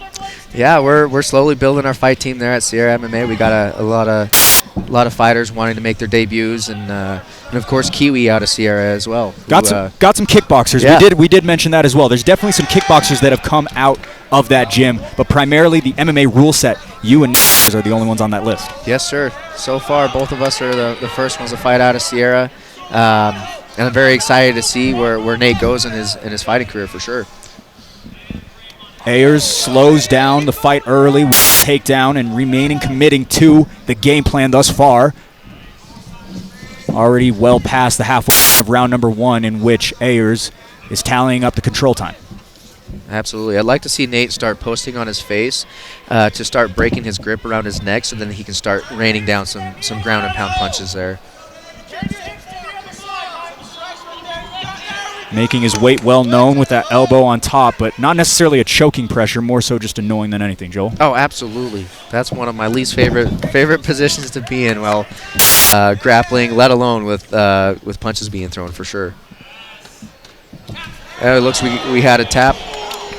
With that, Nate Ayers, he's going to move to 1-1.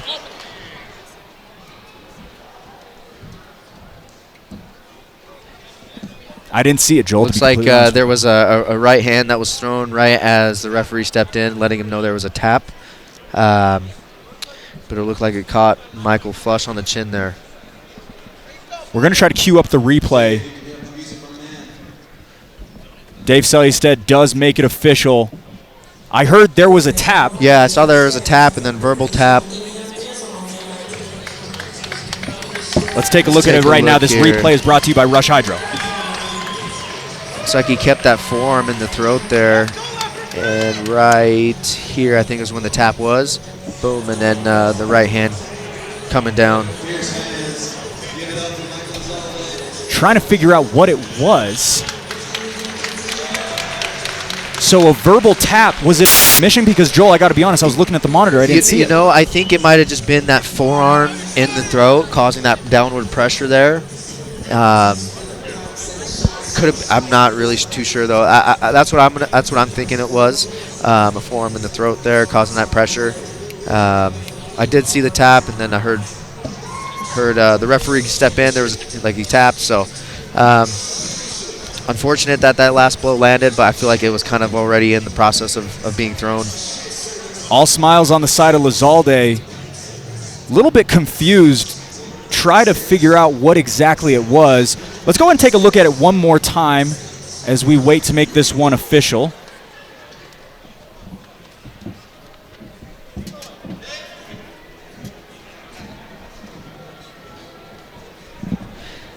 Yeah, so here you can see that forearm is in his throat here, and I believe he switches it coming up. No, keeps his left forearm in right here. There's a tap. He's moving his hand down. He's tapping on his leg there. It wasn't even on his neck. That's what I'm confused about. Yeah. We're getting word from Jackson Hoops right now. We'll get some clarification in just a moment. Let's throw it back inside to make this one official.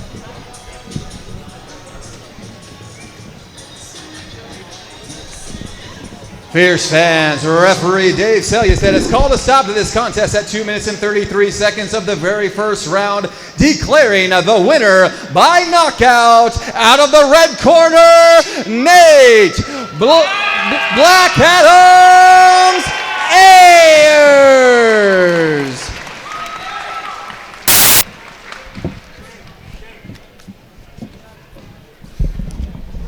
All right, I'm here with Nate Ayers. Nate, I got a lot of questions right now. What happened there in that final finish? That final finish was just slow, controlled.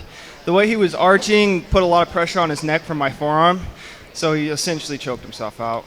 So did you know that was kind of building up, or were you surprised as much as everybody else here? I was surprised for sure. My intentions were to go, at a good pace, and I guess, things happen in fights that you're not expecting. Under the Fierce banner, you've been primarily a striker. I think a lot of people were very impressed to see your grappling chops here tonight. How much have you been working on that with Pedro over the last couple of months?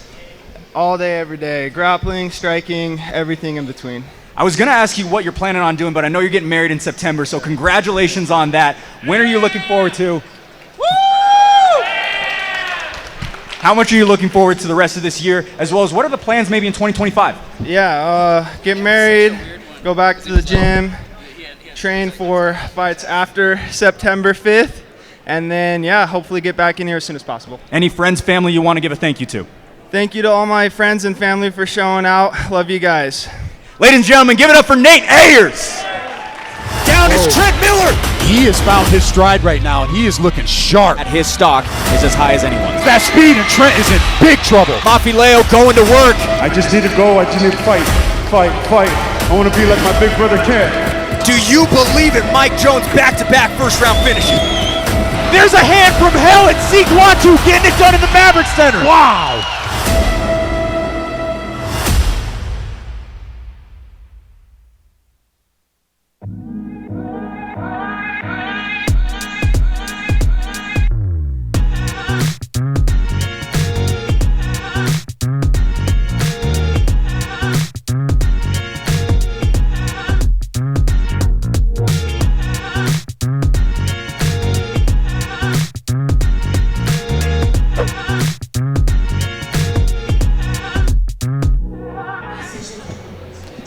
Scan the QR code on your screen right now for access to Fierce FC's digital program. Get the inside scoop on every fighter making the walk tonight, as well as additional information on future shows.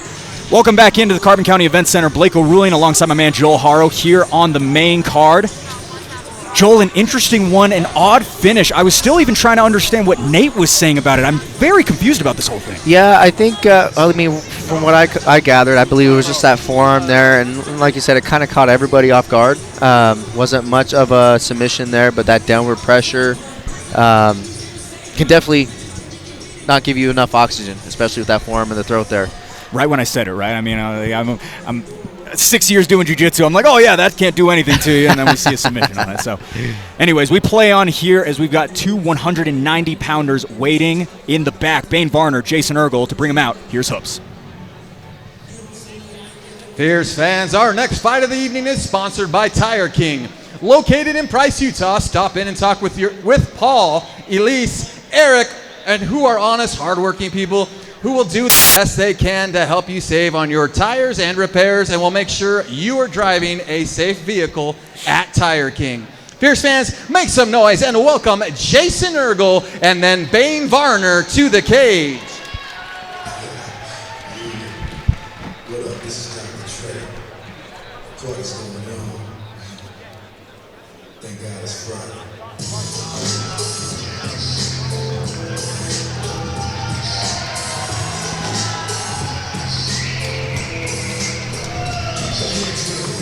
First curtain call for Fierce in over 2 years. Here is Jason Ergel. Joel, a tough test ahead as he awaits Bane Varner, but backed by a win that's aging like fine wine. Controlled the pace versus a now 3-1 Michael Pfeiffer for a full 9 minutes last time out. Yeah, this is going to be an exciting fight. Jason's been training really hard. I know he's actually come and trained at Sierra a few times. Got to help him out a little bit with his footwork and in the striking department as well. So it should be interesting to see how he applies that, what we worked on here tonight in this fight. But yeah, I expect big things coming from Jason tonight. Yeah, Jason Ergel, grown up in gyms primarily down at Empire MMA in Cedar City before they moved to Price a little over a year ago. Trains locally now here with his dad, Steve Ergel. Also helps with the show. We see Steve prepping him right now before he enters the cage. But also, Jason Ergel, one of our cage crew members, he's at every single show. Yeah, he's at every single show. And, I wanted to touch on this, too. I feel like that's pretty cool having your dad be your coach as well. That has also fought before and, is right here alongside him on this journey, too. I think that's pretty cool, so shout out to them. But, yeah, they're always here at every single Fierce show, and I'm really excited to call Jason's fight for the first time. Jason Ergel never won back-to-back fights, looking to shake that trend here tonight as he enters the cage for the first time for Fierce since 2022. Very excited to see him in action once again.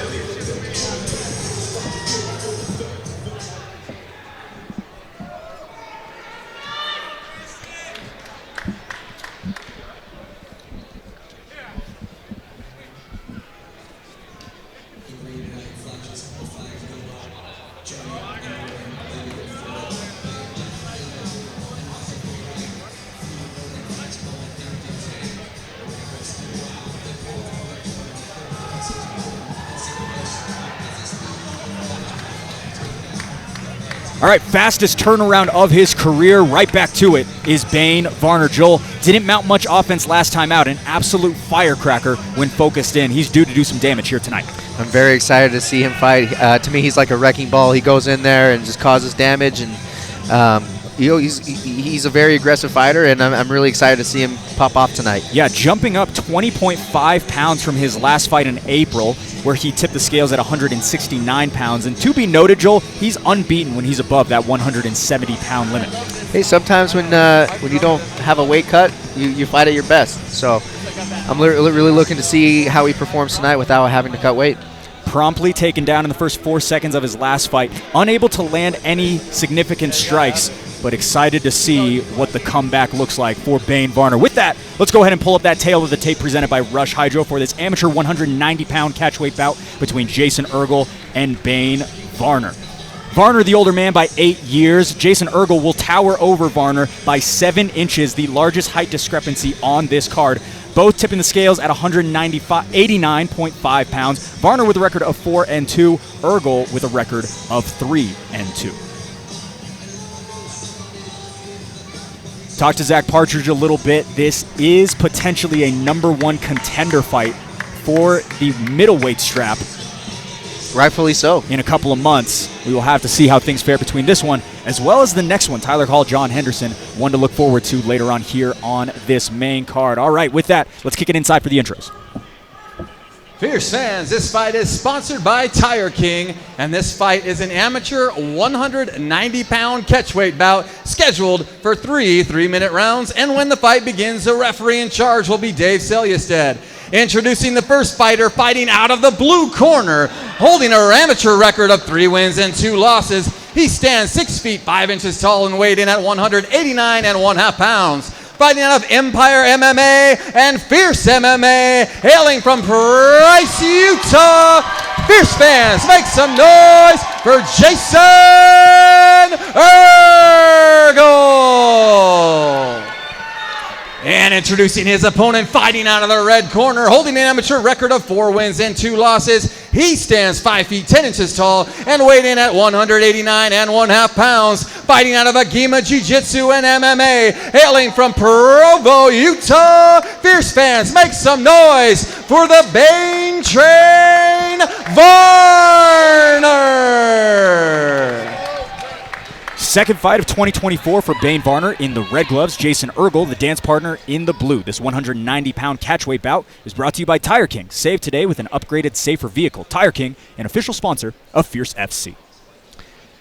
I just got to say this. I really like Bane's nickname, the Bane Train. I love it. Make way. That's what they always say. Make way for the Bane Train.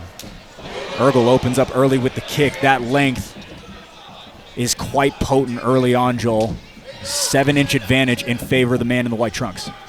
Yeah, I see Bane the southpaw here. I'd like to start seeing Bane circle to the outside, to his right. Now he's got to work his way back up. He's already in a turtle position to start building a base here, not let that hook get through. Ergel immediately settles into the back where Bane struggled a bit last time out. Ergel also a purple belt in jiu-jitsu. A couple of stripes already on there, looking to get a promotion relatively soon here. He was talking to one of his coaches last night. Okay. Soon to be brown belt. So far, plenty of control time for Ergel. Here, Ergel's corner starting to shout out to cause some damage here to create some openings for his grappling here.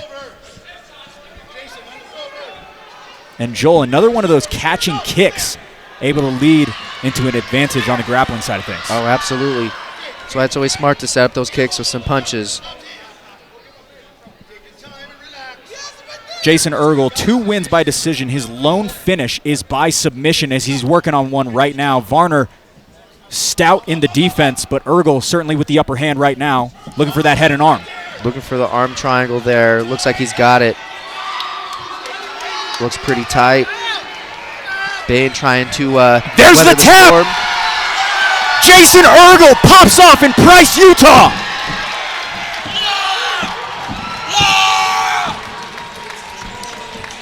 Impressive arm triangle there. That one looked pretty tight there, Blake. All emotion on the side of Jason Ergel with his father, Steve. Massive first round finish. Another submission for Jason Ergel. Bane Varner still on his back as they'll take a quick knee. Unfortunate way for things to close for him, but Joel, it was so tight, the transition from the back to the head and arm. That was a very, very tight arm triangle there. To be honest, I did not see the tap. Everything happened so quick. Dave Selyustad closing in that distance, and with that, Jason Ergel is going to extend that lead to 4-2. First time stringing a streak together. Here's the replay presented by Rush Hydro.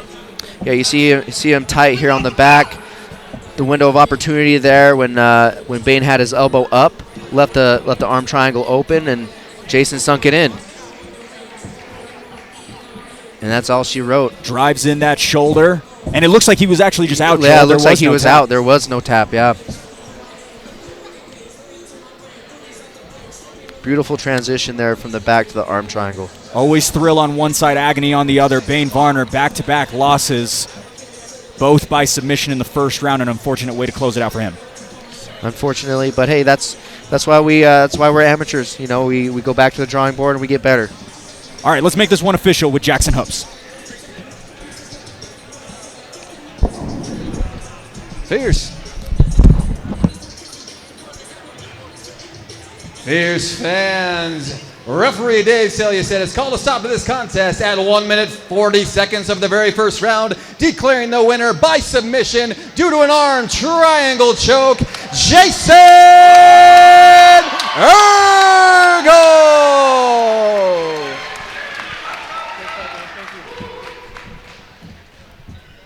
Jason. I'm going to put this in. All right, guys, I'm here with Jason Ergel. Jason, what a showing by you here tonight. You get the first round submission. Your first time back-to-back wins in your amateur career. How do you feel stringing together this streak, man? It's the best feeling ever. I can't describe it. It feels so good. Let's go ahead and take a look at the screen right here. We've got the replay. If you could just break it down for us, because you just slowly put in that shoulder pressure, which led to the finish. Yeah, so I mean, I was trying to choke him out from the back. It didn't work. So I heard my corner and my dad telling me to switch to the top, and he left his arm there, so I saw the arm triangle, and I just went for it. And I'm gonna be honest, I didn't even think about it. It was just there. Jason, I think it's safe to say this was one of your toughest matchups to date. How much were you worried about Bane Varner and his offensive output? I'm not gonna lie, I was very worried about it. I was planning for him to come out hard and heavy, and I was very prepared for a tough fight.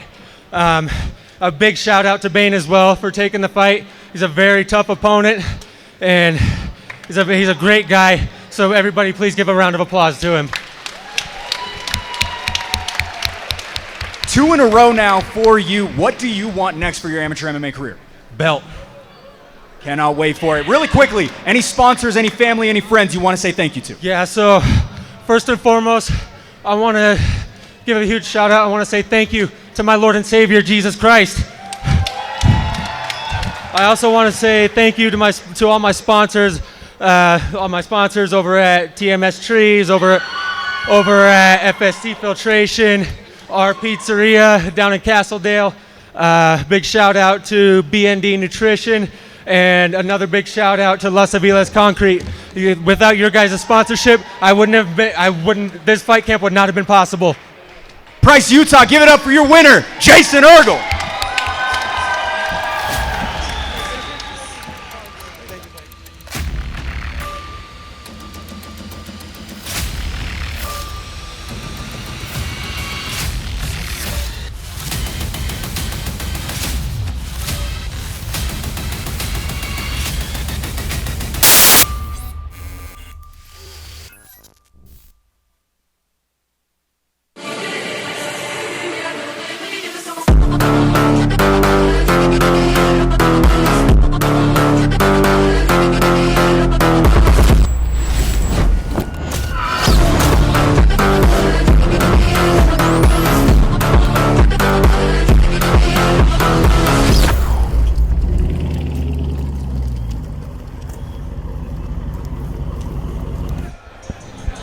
So Jason Ergel calls for the belt in this second bout on the main card. Joel Haro, your thoughts? 2 in a row for him. I say we give the man his title shot. Give the man his title shot. Let's get him become champion. But you know, that was a great performance from his part. You know, that transition from the back to the arm triangle.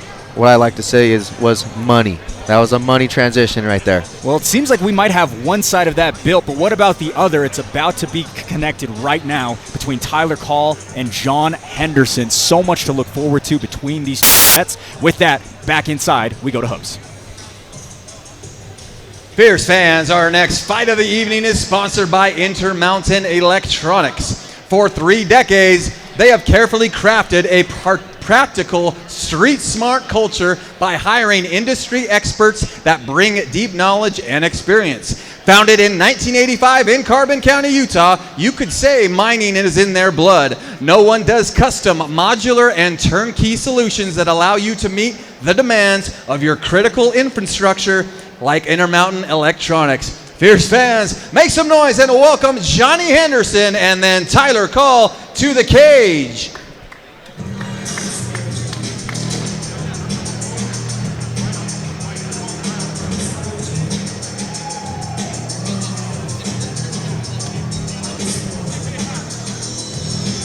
First time for Fierce, but a reputable resume backs him. Enter John Henderson. Joel, a top 10 middleweight here in Utah and coming off the second longest layoff of his career, realigned and looking to bounce back into the win column.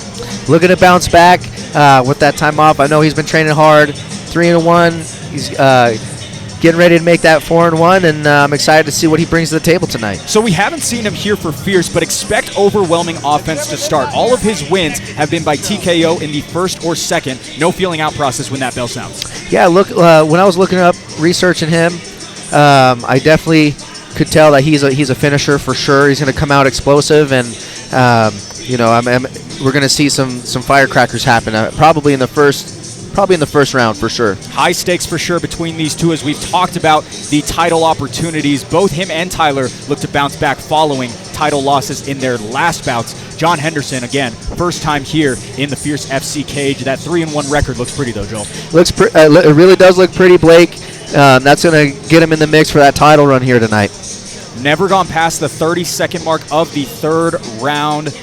Call gone to the decision in back-to-back fights. Interested to see how these styles come together. It seems like one's a little bit more calm, cool, composed. One is an absolute firecracker. Oh, absolutely, absolutely. And we're going to see the clash here happen in the Fierce FC cage.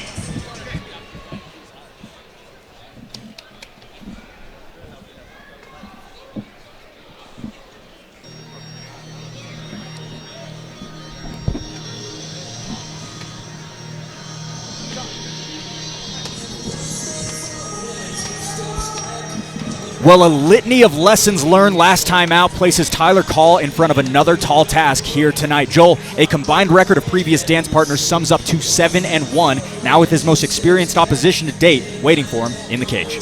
Yeah, I'm really excited for Tyler Call, especially coming out off of his last fight. I know he's learned a lot since then. The key to victory for Tyler tonight, I feel like, is going to have to be to let his strikes go. Stay away from just the feeling out process. Once you get past that feeling out process, start pulling the trigger on all your shots. Tyler Call, he's won 3 of his last 4, and he's been gaining traction through the years. He started off his amateur career at 1-2. Now, with that win streak and those couple that he has put together, 4-3 is the record, with again another title shot right in his viewpoint. Oh, absolutely. I feel like if Tyler gets the job done tonight, for sure, he could definitely see himself in the title picture. But also we got Jason that just came off of that win just barely, so should be interesting to see how this fight plays out, and then we can do some MMA math after. How's that, Blake? Tyler Call, an esteemed amateur at this point, 2020 to now his 8th amateur walk right now. With that, let's go ahead and pull up that tail of the tape presented by Rush Hydro for this amateur middleweight bout between Tyler Call and John Henderson. Tyler Call, 28 years of age, 6 years younger is Henderson at 22. 3 inches in favor of Call in terms of height. Call weighing in yesterday at 184.5. Henderson tipping the scales at 185 flat. Call with a record of 4-3. As for John Henderson, that record of 3-1 stands. Now we go back inside for the intros. Here's Jackson Hopes. Fierce fans, this fight, it is sponsored by Intermountain Electronics. This fight is an amateur middleweight bout scheduled for 3 3-minute rounds, and when the fight begins, the referee in charge will be Dave Selyusted. Introducing the first fighter, fighting out of the blue corner, holding an amateur record of 3 wins and 1 loss. He stands 5 feet 11 inches tall and weighed in at 185 pounds. Fighting out as independent fighter, hailing from Carlin, Nevada. Fierce fans, make some noise for Johnny Heavy Hands Henderson. And introducing his opponent, fighting out of the red corner, holding an amateur record of 4 wins and 3 losses. He stands 6 feet 2 inches tall and weighed in at 184.5 pounds. Fighting out of Agima Jiu-Jitsu and MMA, hailing from Spanish Fork, Utah, by way of Boise, Idaho. Fierce fans, make some noise for Tyler, the Captain Call. Back inside the Fierce cage is Tyler Call in the red gloves. Nevada's John Henderson strapped up in the blue gloves. This middleweight bout is brought to you by Intermountain Electronics, dedicated providing the best service with custom solutions, quick turnaround time, and the highest level of quality control. No one does it better than Intermountain Electronics, an official sponsor of Fierce FC.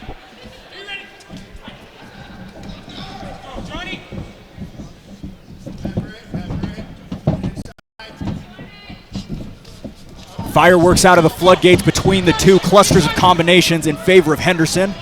The first 15 seconds of this one, Joel, living up to what we talked about. Firecrackers, Blake. I'm telling you. Henderson, all output.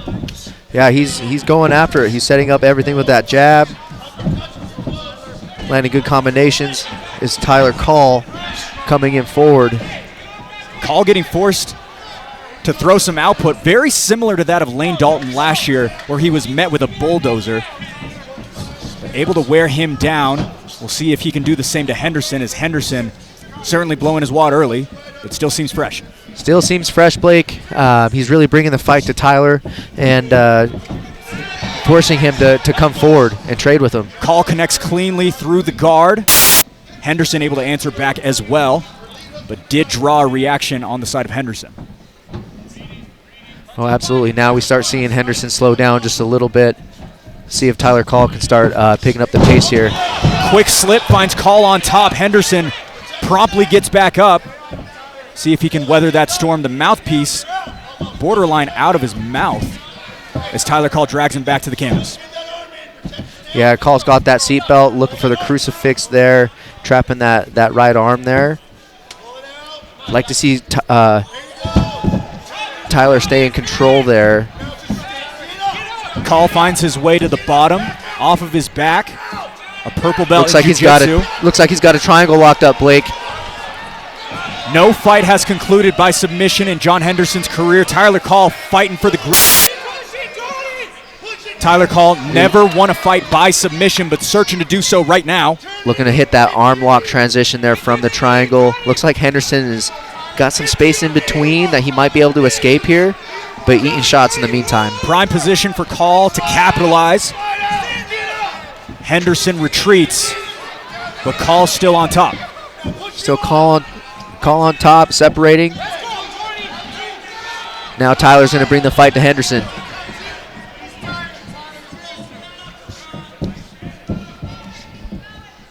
Crisp shot lands by Henderson, moves back Call as he's still all on the front foot here in round number one. 22 ticks to go.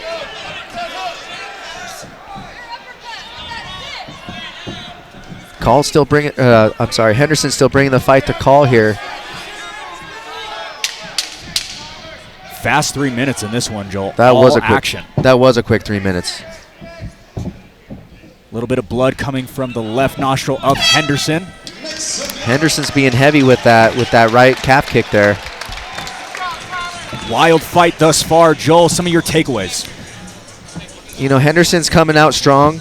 He's causing Tyler to fight with that mentality that he's bringing into the fight here. He's charging forward with his punches, closing the distance, and you've been seeing Tyler using his shoulders to push off a little bit. When he does that, I'd like to see a little bit of a left hook off of that maybe, just to create a reaction to Henderson, get his hands up so that Tyler can start popping off on him. But yeah, every time they come in and they collide, slows the fight down a little bit for Tyler, and still giving Henderson the opportunity to throw strikes. You know, now that the first round's over, I expect to see Tyler come out a little bit more aggressive this round. Lots of offense on both sides. Interested to see the state of the cardiovascular as we head to the top of the second round. Oh, absolutely. We'll see what the gas tank's looking like for Henderson here. Tyler Call still looking a little bit fresh. He looks pretty good. He looks like he's in shape. What do you think, Blake? Looks fantastic as he always does. Tyler Call, one of the longest tenured amateurs in the state that has been so active over the last 4 years as he opens up with a leg kick. Ooh, good right hand there from Henderson, lands on the chin on Call. Call pushed back. Henderson looking for the sniping shot. Yeah, that right hand's it's starting to find a home there, Blake.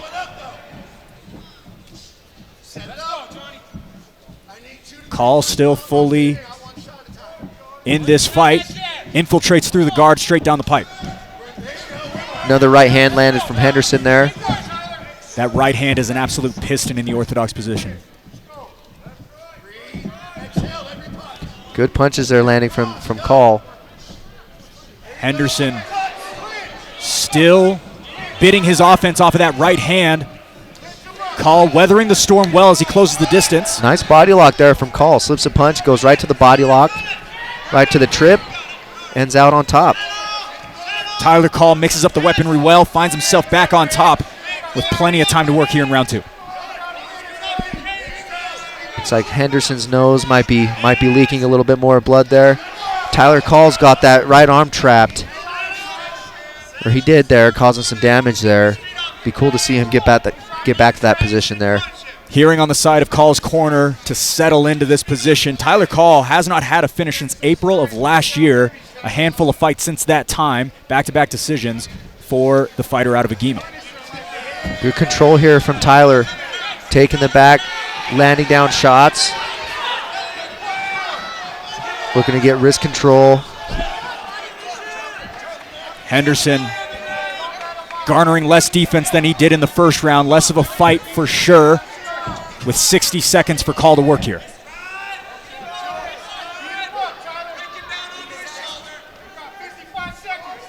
Trying to create a base, Joel, but Call's offense certainly in the way of that. Absolutely, and then also carrying Call's weight there, it does not make the job easy at all. Call batting the head, back and forth he goes. Henderson trying to trap an arm there to stop those punches coming, but there's the finish. Steps in.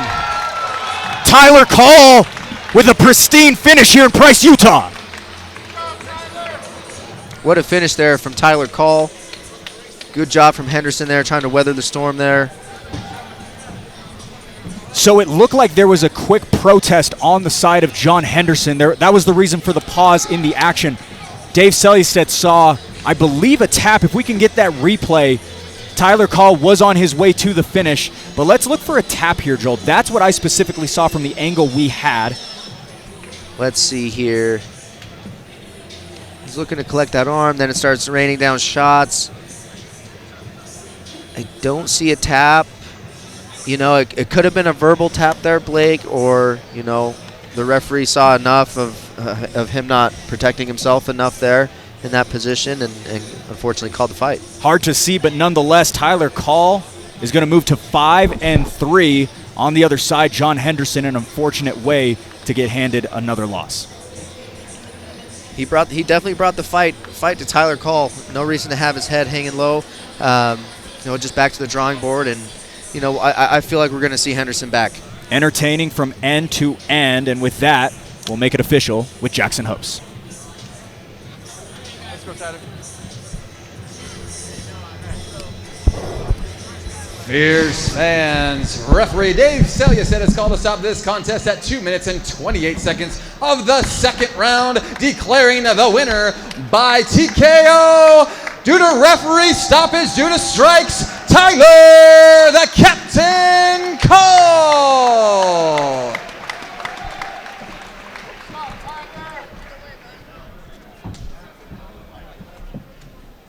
All right, everyone, I'm here with Tyler Call. Tyler, how you feeling after that one, man? That was an absolute barn burner. Yeah, I feel good. That was a tough fight.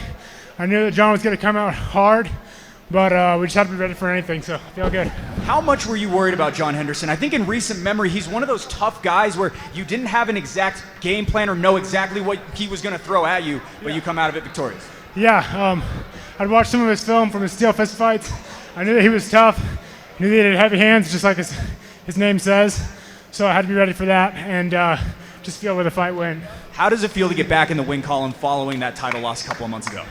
You know, losing is never fun, but it's really an opportunity for growth, so it's all about how you take it. I decided to learn from it, fill some holes in my game, come back stronger. W number 5 for you. What do you want next? You'll definitely see me back in here. My wife's 7 months pregnant, so got to be home, take care of that, but when the time is right, I'll be back in here with you guys. Any family, friends, sponsors, anyone you want to give a thank you to? Of course, big shout out to my wife. Again, 7 months pregnant. She's been a trooper through all the late night practices. Dan and Court, my family at Agema. Man, it's awesome over there. We get so many good rounds, so many good people. It's great to be there. So thank you to everyone who comes and trains there, makes us all better. Give it up for Tyler Call, everyone.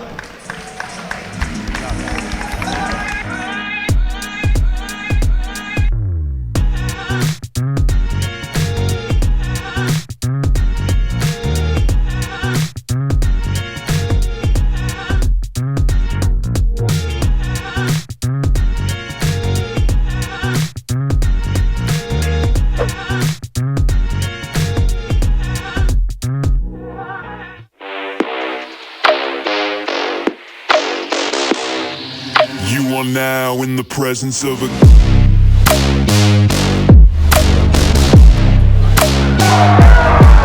king.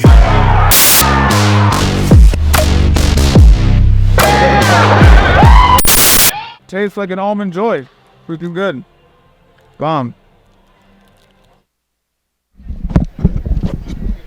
Scan the QR code on your screen right now for access to Fierce FC's digital program. Get the inside scoop on every fighter making the walk for future shows. Welcome in, everybody. Blake O'Rulian alongside Joel Haro. And Joel, this has been a fantastic card thus far. Tyler Call comes out victorious, and now we are on the heels of the biggest amateur fight in the history of this state. Jackson DeGray versus Nasir Davis for the bantamweight strap. The amateur bantamweights. I'm very excited to see this fight. Obviously, it's my weight class, and I love seeing the progression of the amateurs throughout the years. And like you said, this is a big, huge title fight for the amateurs here in the bantamweight division, and Nasir Davis has the opportunity to become champ. So the first ever Jackson DeGray on the other side.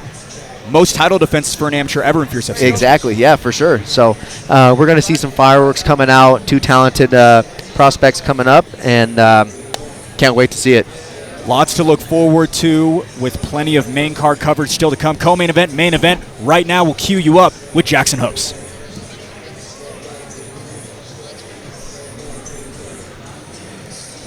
My bad, Blake. Fierce fans, our co-main event and only title fight of the evening is sponsored by Rockwell Watches. Born out of a need for commitment to redefine a style, devote themselves to quality, and remain loyal to those surrounding themselves with Rockwell Watches, reveal a life of uncompromising style, action, and confidence, fueled by the weight on your wrist and the story you have to tell. They sincerely hope your Rockwell watch serves as a reminder of a time when you could proudly say, "Watch me." They don't just tell time, they tell a story at Rockwell Watches. Fierce fans, make some noise and welcome the challenger, Nasir Davis, and then the champion, Jackson DeGray, to the cage.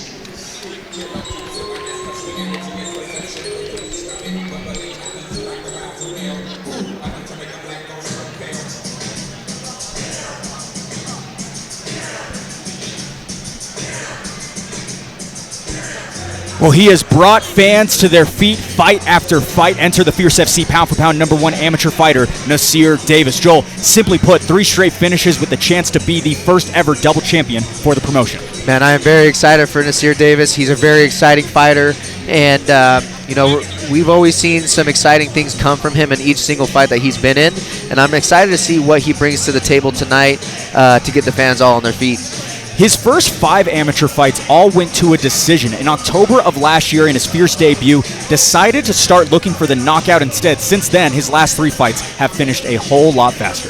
Yeah, they've finished a whole lot faster, and some crazy finishes as well. So he's got a tough task in front of him, and Jackson DeGray, and vice versa. This is going to be a really, really good fight. And these amateurs, they're not amateurs. I feel like they're pro amateurs. You know what I mean? Nasir never been finished. DeGray, all of his wins have been by finish. We'll see whose streak concedes here in the Carbon County Event Center as the Fierce FC flyweight champion enters the cage right now with a chance for 2 belts under his resume.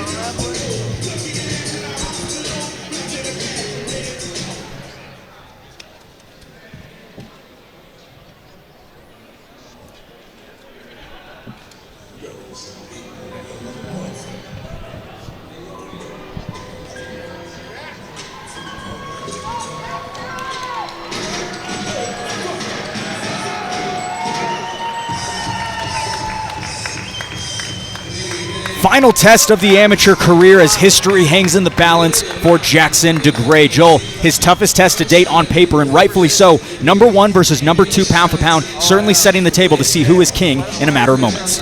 Yeah, this is going to be a really good fight, guys. Like we've been talking about. I did get to speak with Jackson a little bit before the show started, and asked him a little bit what his game plan is going to be for tonight's fight. And he said his key to victory is showing a little bit more feints, don't overcommit, because he does know that Nasir Davis is a really good counter striker. So I'm excited to see the creativity and crafty skill set that Jackson has, to see what he brings tonight. Expect the ample power alongside his gifted grappling in this 3-fight unbeaten streak. He has put that all on display, which is why so many of us are looking forward to what is to come. With that, let's go ahead and pull up that tail of the tape for this amateur bantamweight title bout between Jackson DeGray and Nasir Davis. Davis, the younger fighter by 3 years. He's 21 years old. Both fighters 5'8". Jackson DeGray weighing in yesterday at the championship rim at 135 pounds. Nasir Davis right underneath it at 134. DeGray with a record of 5-1. Nasir Davis with a record of 6-2.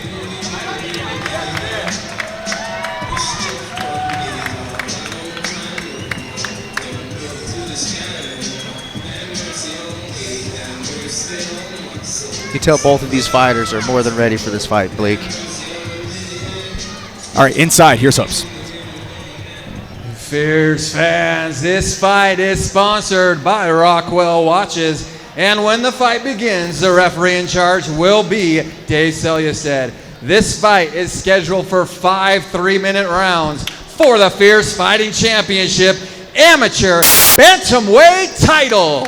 Introducing the challenger, fighting out of the blue corner, holding an amateur record of 6 wins and 2 losses. He stands 5 feet 8 inches tall and weighed in at 134 pounds. Fighting out of Syndicate MMA, hailing from Las Vegas, Nevada. Fierce fans, make some noise for the current flyweight champion, Nasir, the real deal Davis. And introducing his opponent, fighting out of the red corner, holding an amateur record of 5 wins and 1 loss. He stands 5 feet 8 inches tall and weighed in at 135 pounds. Fighting out of Soul Fighters Wasatch, hailing from American Fork, Utah. Fierce fans, make some noise for the reigning, defending, undisputed bantamweight champion, Jackson DeGray. Bring it in, boys. All right. Stay at the top, back of the head, neck, and spine, and keep your fingers out of the cage. Amateur bouts, the only thing that strikes the head is either a punch or a kick. Got it? Touch him up. Let's have a good fight. Fierce FC bantamweight champion Jackson DeGray looks to defend while sporting the red gloves. Challenging is flyweight champion Nasir Davis in the blue. This amateur bantamweight title bout is brought to you by Rockwell Watches. They don't just tell time, they tell a story. Rockwell Watches, an official sponsor of Fierce FC. Nasir Davis comes right out of the gate, pushes pressure on DeGray here. DeGray pushes him back, a swinging head kick, misses the target, but in on that takedown is Jackson DeGray. Jackson's got good head position there underneath Nasir Davis's chin. See what he can make out of it next time he gets there. Stout defensive wrestling on the side of Davis, as he puts together a combination up top. Doesn't necessarily break through the guard of DeGray, however. Echoing shot through the body in Davis. Lightning fast in there, Joel. DeGray is utilizing those teep kicks really well. And as you see Nasir Davis kind of timing that. Once he lands, he fires that leg kick right back. Nice quick jab there from Nasir Davis, followed by that left high kick.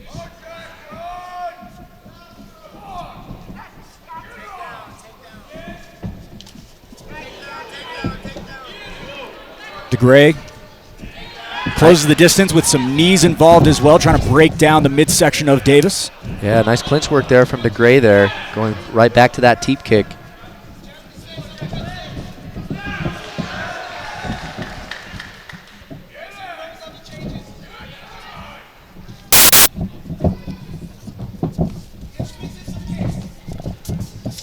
Nasir Davis looking quick today with his hands. Blinding accuracy as Davis initiates the grappling, puts DeGray on his back. Haven't seen this before from Davis. Been told primarily, obviously, a striker is the A game, but finds himself in the guard of DeGray. Now we're going to see some grappling come from Jackson DeGray. Just like we did in his last performance. Isn't that right, Blake? Saw it last time out versus Artis Lyles. 13 seconds on the canvas was all it took to submit the fighter out of Las Vegas. Nasir Davis 3-0 within the state of Utah as well, certainly of note. Nasir Davis doing a really good job of staying tight there in Jackson DeGray's guard, keeping his head position down into Jackson's chin, and then posturing up when he wants to land those shots. 35 seconds to go, round 1 of a possible 5 here in this amateur title bout. DeGray look to set up an armbar. Davis finds his way back up.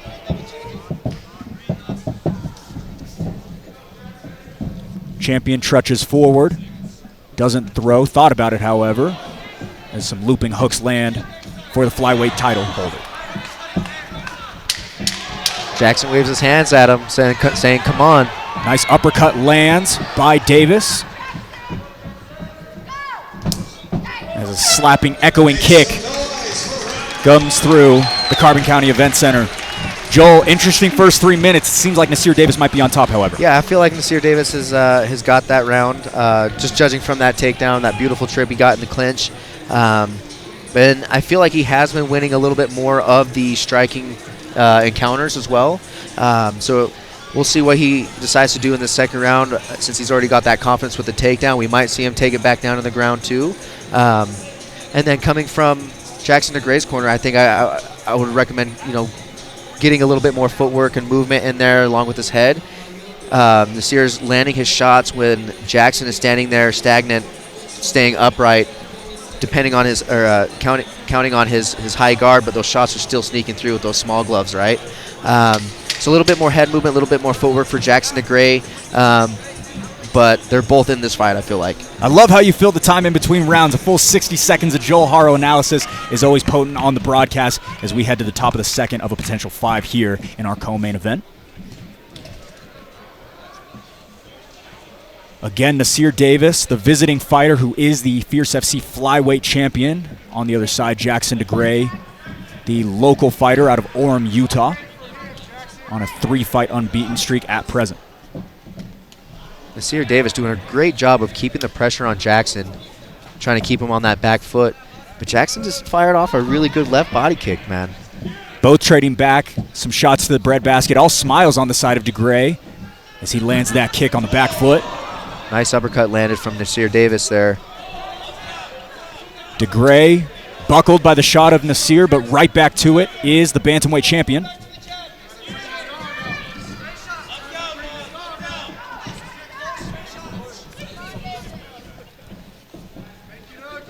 You can kind of tell that Jackson wants to stand in the pocket there with him and start trading.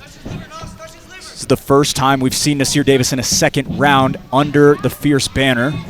His last 2 fights were by first round finish. Also of note, Joel, both of Nasir's losses in his record are at this weight class at 135 pounds. As he's built into his frame, he's decided to move away from flyweight at 125 pounds where he was 3-0 as DeGray meets him in the middle. Absolutely, and Nasir's looking amazing at bantamweight right now. He's starting to attack the body a little bit to Jackson with those heavy, heavy body kicks. Davis tees off a bit as DeGray backs up. Clinches up.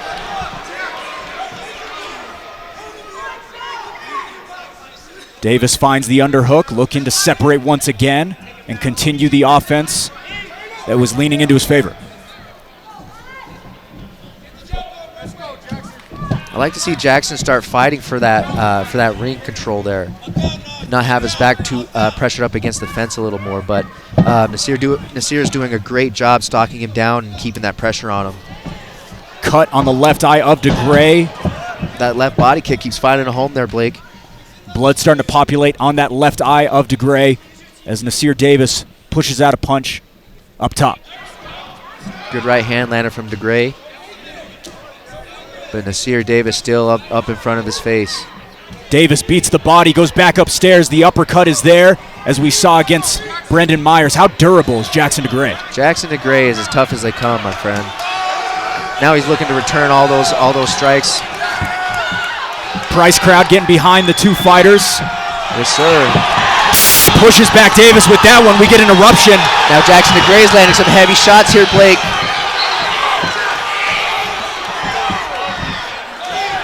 Both fighters trading all this heavy leather, man. Back and forth we go. 14 seconds left in this second round. What a fight we have on hand here, Joel. What a fight. I hope this goes all 5 rounds to give everybody a treat here.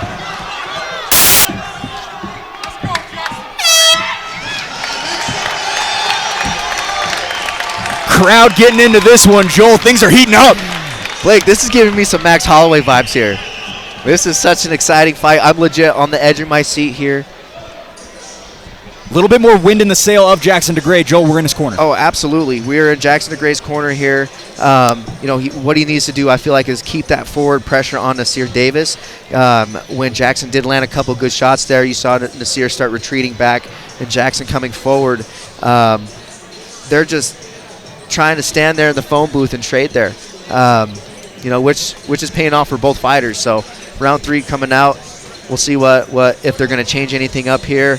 At the end of that last round, you saw both fighters look at each other, wanting to bang. Where did things go right for Jackson DeGray? Because up until that point, it seemed like it was all Nasir, but then the second half of that second round, we really saw some back and forth. Absolutely. It was. I think it all started from one of the right hands that Jackson DeGray had fired right through the guard of Nasir, snapped his head back a little bit. I think that's what started the progress there for Jackson. Both fighters flapping gums at each other. Dave Selystedt, the third man in there, got a tough job right now with 2 staggering strikers on display. Jackson DeGray loves those push kicks. Nasir Davis opening up with those punches there. Head hunting is Davis. Jackson DeGray talking back. Told me he believes he's better than Davis, putting all his chips into the center of the table right now as he pushes him back. That right hand is starting to find a home.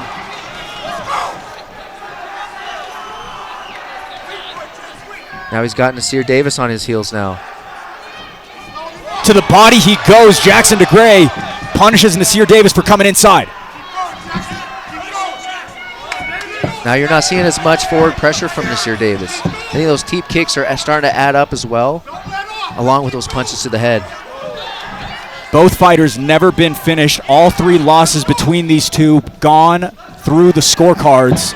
Seems like a finish is in the forecast, though, Joel. Both fighters, the output is unbelievable with 2 minutes to work. Oh, absolutely. Both these guys are looking for the finish, no doubt. Every strike they're throwing has some power and speed behind it. You hear the corner of Davis letting him know that the left hook is there. We'll see if he'll take that advice and start throwing more left hooks here. Still fast twitched are both fighters. Neither seeming winded thus far. Lots of pop still, Joel. Lots of pop. These guys are in good shape.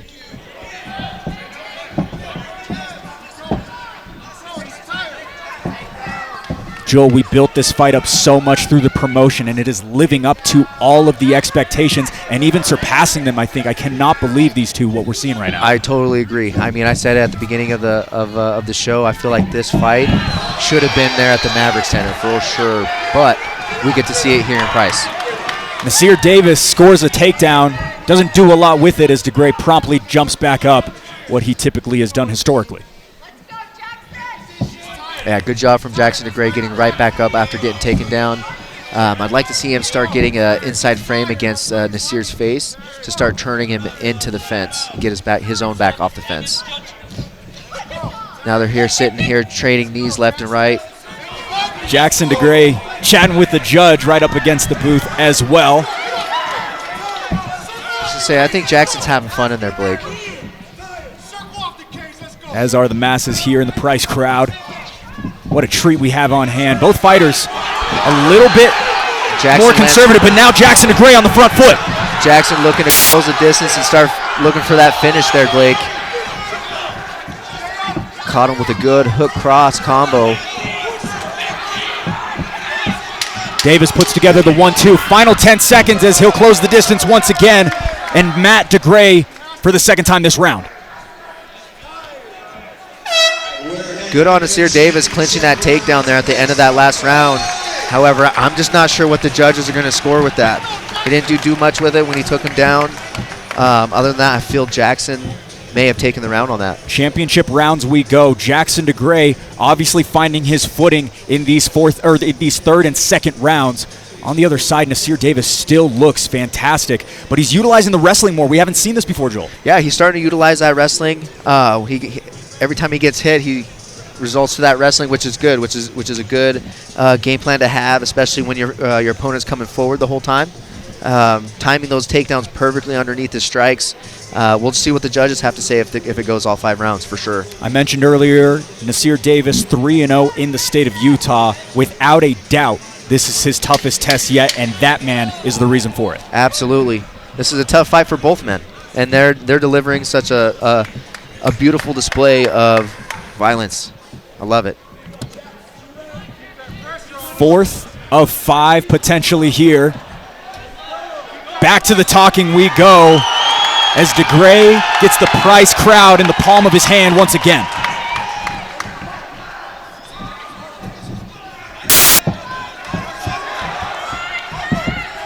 I think Jackson's starting to lure Nasir Davis into his game here. He's talking to him, and he's landing those heavy shots. Good check there from Jackson DeGray. Lots of blood gushing from the nose of Nasir. Might be inhibiting the cardiovascular a bit for the flyweight champion, Joel. Oh, absolutely. Nice double leg there from Nasir. 4 for 4 on takedowns, if I'm not mistaken. Yeah, 4 for 4 on takedowns. Back into the guard of DeGray. Nasir Davis hasn't amounted much offense here, but has been something that he's been falling back on later on in these rounds. Definitely, definitely. Starting to get some control time here on the ground. Nasir Davis, no wins by submission. He does have 3 decision wins. On the other side, Jackson DeGray does possess 2 submission victories in his amateur MMA record.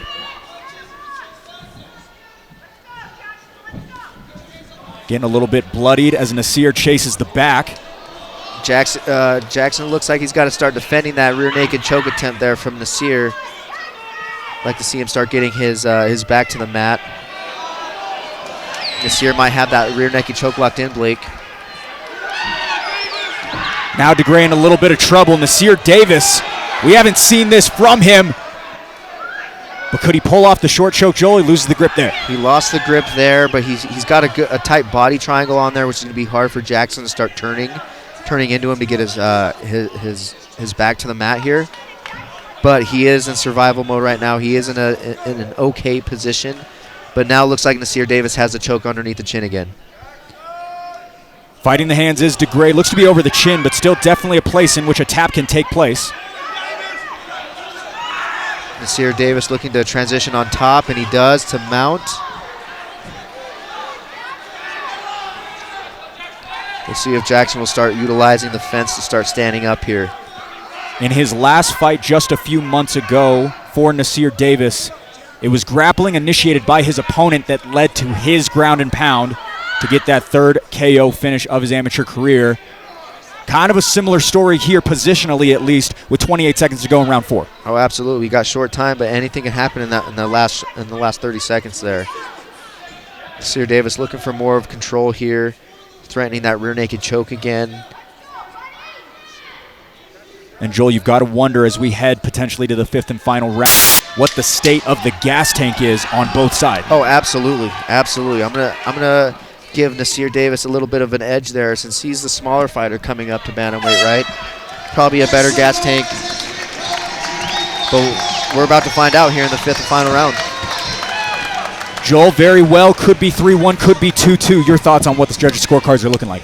Oh, you know, it's very tough. I hate being put in position of judging fights, but I think Nasir took that round. I think we're at 2-2 apiece right now, and it's all going to come down to this last round. What does Jackson DeGray need to do to conjure up a victory and shock the masses? You know, if he wants to keep it on the feet, he's got to start reading those shots, maybe throw a little bit more feints to draw the shot out of Nasir to create that space to then counter that takedown defense.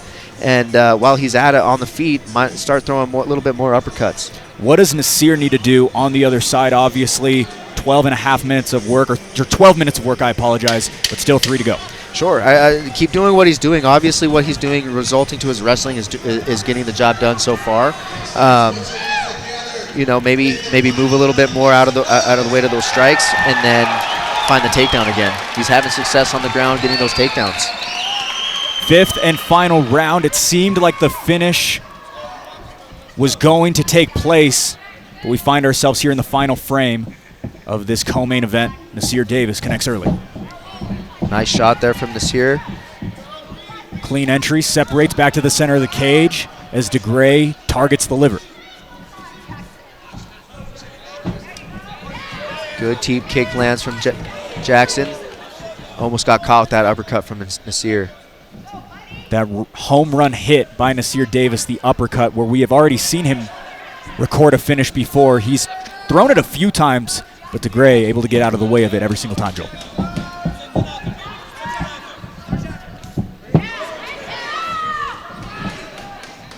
We'll see if Nasir results to his takedowns again here as Jackson presses forward. Joel, my current state, I'm shaking. I cannot believe what we are seeing right now between these two as DeGray defends the takedown beautifully. That's 2 in a row now in which Nasir Davis hasn't been able to do what he's done through 4 rounds. 2 in a row, and Jackson needs to keep that up. He needs to keep his success on the feet here, defend those takedowns. And Nasir Davis has got to tag him up to then land that takedown. Another Nice shot. entry. 3rd in a row, unsuccessful. DeGray, the victor in that exchange. Another takedown attempt. Back to the well we go. Dragging his way for a mat return. Nasir Davis finds himself on top, but DeGray been able to get back up every single time already, Joel. Looking like he took the back door there. Now starting to make him pay for the takedown attempt there. DeGray chases and immediately begins to strike. Nasir Davis thought about the takedown once again. We'll take that one. Jackson quickly jumped to that guillotine there. He might get it here. He's in full mount. He has it locked up. Submission is tight. Nasir Davis trying to find some breathing room. Gets the reversal. Nasir survives, but DeGray active on the bottom. Looks like he's got a trap triangle position here, Blake. See Jackson control that posture. See a little wince from Jackson. I think he really wanted that triangle. Nasir Davis able to posture out of it. Good job on both of these fighters' parts here. Joel, that jump to the guillotine looked like it was dead to rights. Man, that looked like a very tight guillotine there, my friend.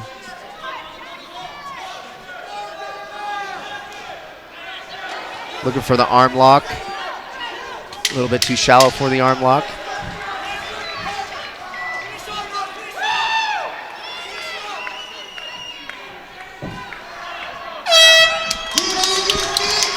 And there we have it, Blake. With that, we will be subject to scorecards in easily a Fight of the Year contender. Nasir Davis, Jackson DeGray. What a treat that was, Joel. Man, what a good fight. That was such a good fight from both these guys. I know definitely we have to see this fight happen again. Hopefully in their pro careers. I think that's definitely a fight to make there. What a showing between these two. Full 15 minutes for 2 of the top tier amateurs, not only in the state of Utah, the entire West Coast. Oh, absolutely. Absolutely. Great performance from these guys. I will say this, I've heard rumblings of Nasir Davis's submission attacks and defenses haven't been as top tier as many would think. Definitely not the case here tonight. He put that all on display. The grappling was A+. Oh, absolutely. His takedown attempts were great.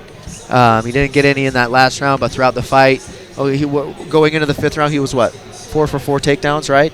And defending that guillotine as well. That was really good. Really good to see. Exhaustion on the side of Nasir Davis right next to Jackson Hoops.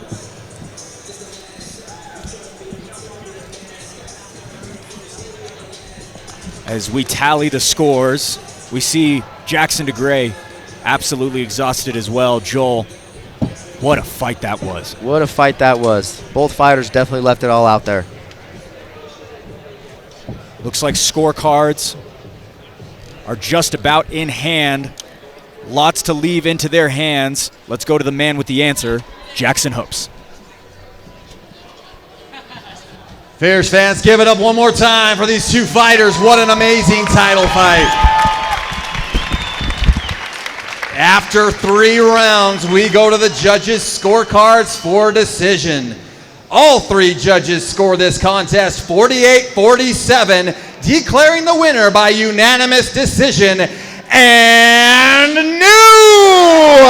bantamweight champion and first ever Fierce Fighting Championship double champ, Nasir the Real Deal Davis.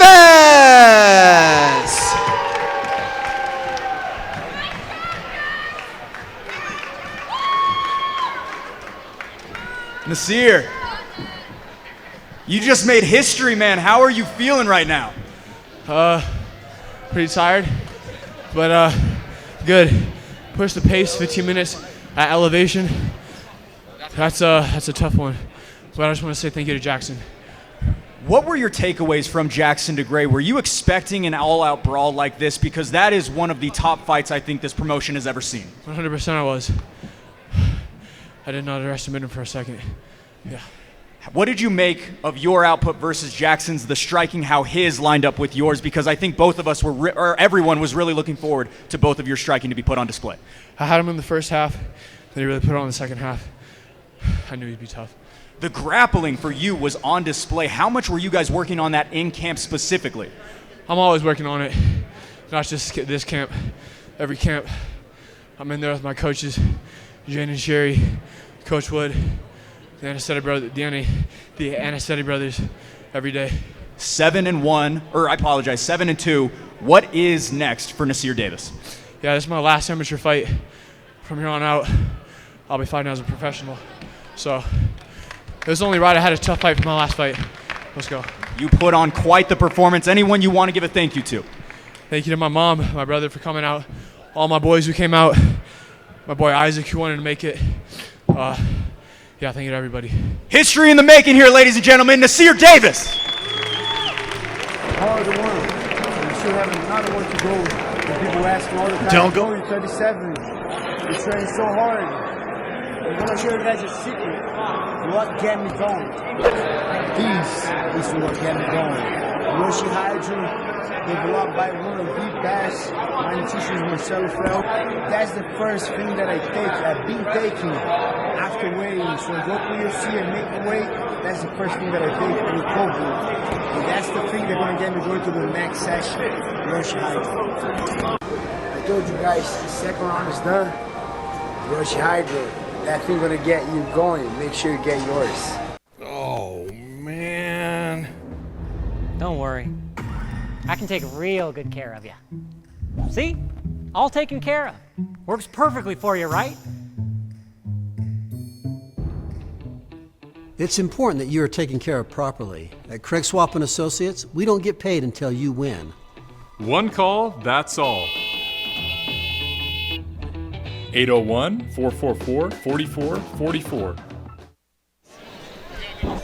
Scan the QR code on your screen right now for access to Fierce FC's digital program. Get the inside scoop on every fighter making the walk tonight, as well as additional information on future shows. Joel, I was just speaking to our videographer, Caleb Roy, who does an incredible job for this promotion. He comes to me, whispers in my ear, that is the best fight I have ever seen this promotion put on. Oh, man, that was definitely one of the most exciting amateur fights in general, I should say. Most exciting fights in general that I've had the pleasure of calling. Hats off to both fighters there. I can't wait to see them fight again. Felt like we were walking on eggshells the entirety of the time. A finish was fresh on our tongues. Totally, man. Either fighter could have been finished in a minute and in seconds, right? But yeah, I can't wait to see these guys run it back when they turn pro. I know that fight's going to happen in the future again for sure. Well, I'll say it for the final time tonight. It lived up to expectation. All right, we will move to a middleweight main event. Couple of professionals, Ben Robinson and Starling Simmons, final ones to make the walk. Inside we go to Hoops. Fierce fans, our main event of the evening is sponsored by Mountain Land Supply Company. They take pride in providing the best products to their customers while providing timely deliveries and always putting their customers' needs first. They look forward to the future as they constantly implement new systems and technologies to continue to grow and serve at Mountain Land Supply Company. Fierce fans, make some noise and welcome our final two fighters, Ben Robinson and then Starling Simmons, to the cage.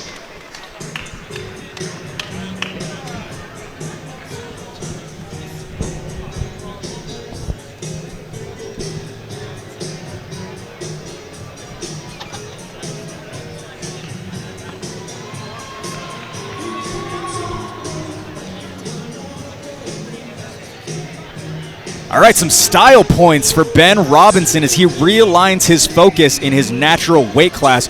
Joel, only 35 years old, but we're less than a month away from the 15-year anniversary of his pro debut, a veteran of this game, to say the least. Oh, absolutely. Ben Robinson is as tough as they come, too. One of the veterans out here in Utah, and, win or lose, I always love seeing Ben fight. First main event for Robinson in 11 years where he fought Jerome Hatch way back in the day, Joel. Way back in the day. In fact, I don't even think I remember that fight. It was quite some time. I believe it was for Showdown. Oh, yeah, Showdown back in the day, for sure. For sure. Can't forget that.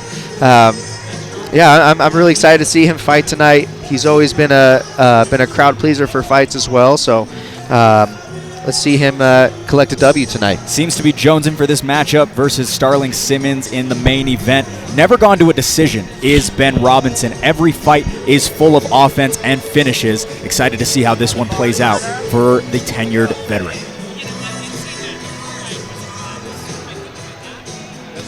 Again, Joel, like we mentioned, 15-year pro. Since August 8th of 2009, this man has had a professional fighter notched next to his name. That's quite the impressive length of a fighting career for sure. Absolutely, and I feel like that's what's gonna help him tonight. Tonight's fight is the experience that Ben brings to the table. Experience on one side, star power on the other. Starling Simmons to make the walk right now.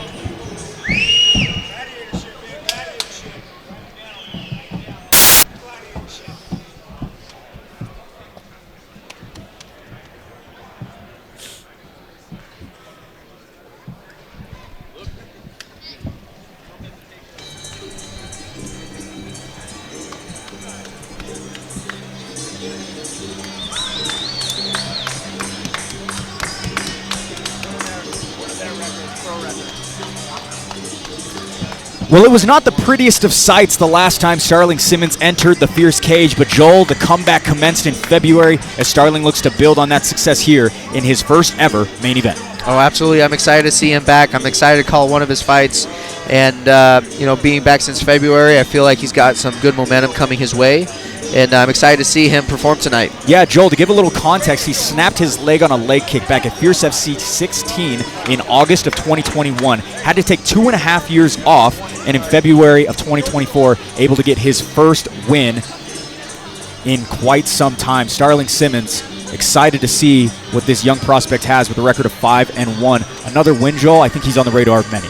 Oh, absolutely. I can absolutely agree with you on that. Getting to 6-1, he's definitely progressing in his career for sure.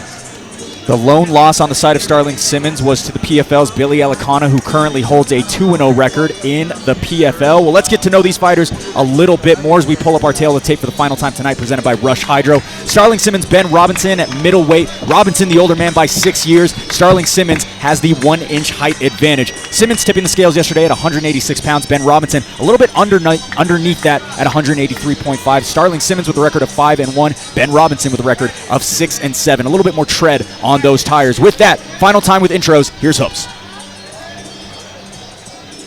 Fierce fans, this is your main event. This fight is sponsored by Mountain Land Supply Company, and this fight is a professional middleweight bout scheduled for 3 5-minute rounds. And when the fight begins, the referee in charge will be Dave Selyusted. Now, one more time, I need everybody tuning into the pay-per-view and everybody here inside Carbon County Event Center, from the seats in the back to the table seats all the way down to cage side, put your hands together and make some noise!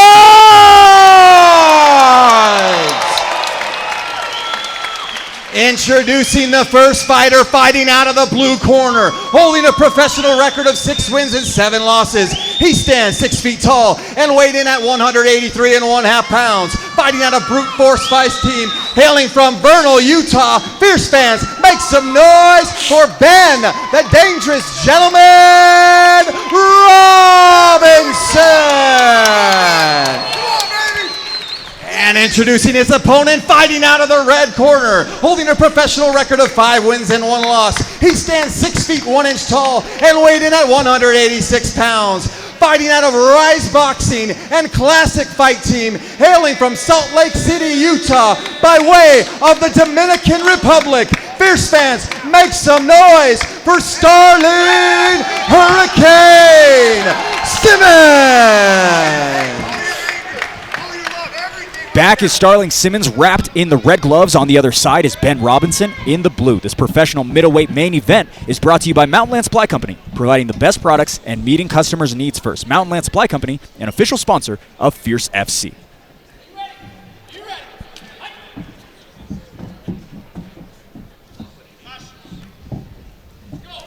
Got the classic Orthodox versus Southpaw fight. Ooh, hard uppercut lands from Starling.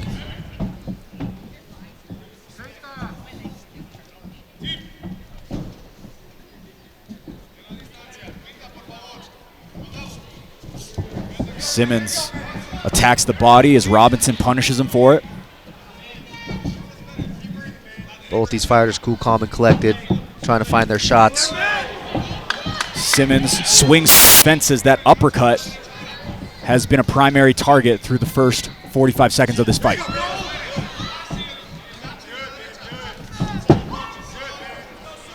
Ben Robinson throwing with significant heat early, Joel. Oh, absolutely. I feel like every shot Ben throws has some power behind it.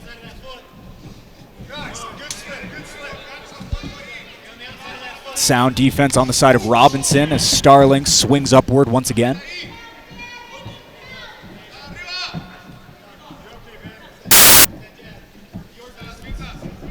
Marco Sanchez calling to go back upstairs. I don't know if you speak Spanish, Joel, but I know a little bit. You know what? I've been working on my Spanish a little bit too. I knew what he said. Simmons back to that uppercut, pushes back Robinson. Yeah, Simmons is favoring that uppercut there. It's already landed a couple times as well.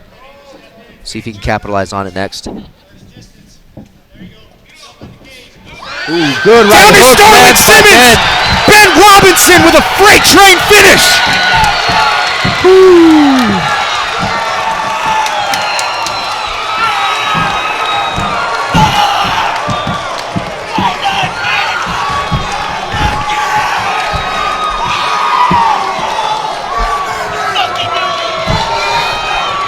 The veteran of this game comes out on top. Ben Robinson making a big name for himself here in the main event. He definitely knew that right hook was going to land for sure, Blake. Man. The finishing blow folds Starling Simmons, and Ben Robinson is back in the win column.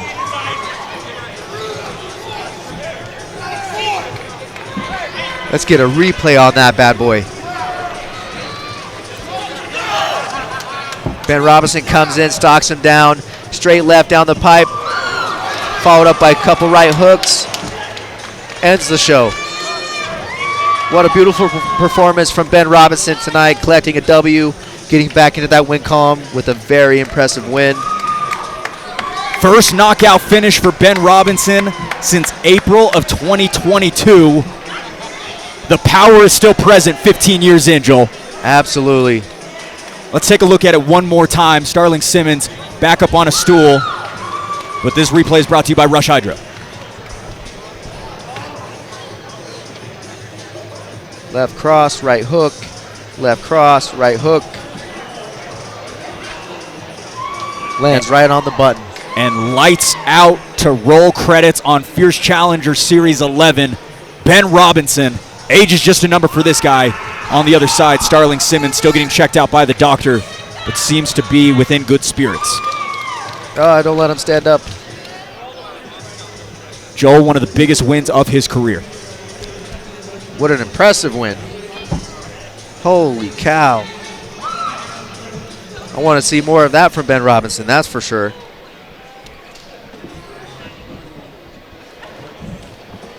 Starling Simmons still on the stool.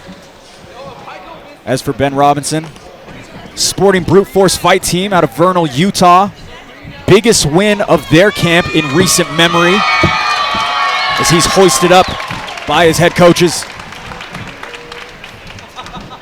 Massive embrace for the biggest win of this storied veteran's career. Just saw Starling Simmons say, "I'm good." Back up on his feet.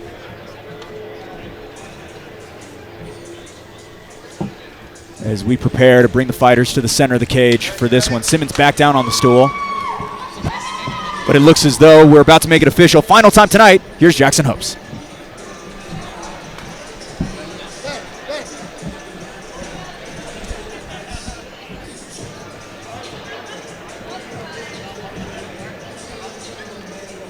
Here. Fierce fans, referee Dave Selya has called a stop to this contest at 1 minute 46 seconds of the very first round, declaring the winner by knockout, Ben the Dangerous Gentleman Robinson.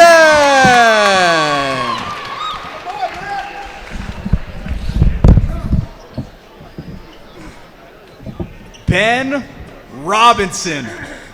I think this has got to be one of the biggest wins of your career, man. How are you feeling right now in this main event slate? Dude, I'm so excited. I lost my voice. I'm so jacked right now. It's awesome. I would love to break this down. I heard you talking some X's and O's with your coaches after the win. If you want to take a look over here at this screen, just break down this finish for me. So I think he hit me with an uppercut before that, and it didn't faze me. And I remember walking into him, and I could see it in his eyes that his punches weren't phasing me, and I could see it. So I just pressed him and caught him. So. I think a fair storyline coming into this was you were the veteran going up against a rising star. How seriously did you take Starling, and how much did you put into account all the wins, all the finishes he's had? Oh, I took him so serious. I was sweating him big time, and I knew I had something to prove because I'm coming off of 2 losses, and I really needed to win. So I worked my butt off night and day. We staying at middleweight? Yeah, I feel way better at middleweight. Cannot wait for it. Any sponsors, family, friends you want to give a shout out to? Yeah, 0 to 100 supplements, cider, CBD oil, and United Roustabout. You don't get better than that, ladies and gentlemen. Ben Robinson. Congratulations, man. Amazing. Down is Trent Miller. He has found his stride right now, and he is looking sharp. At his stock is as high as anyone. That speed, and Trent is in big trouble. Mafileo going to work. I just need to go. I just need to fight. I want to be like my big brother Ken. Do you believe it? Mike Jones back-to-back first-round finishes. There's a hand from hell, and Zeke Watu getting it done in the Maverick Center. Wow.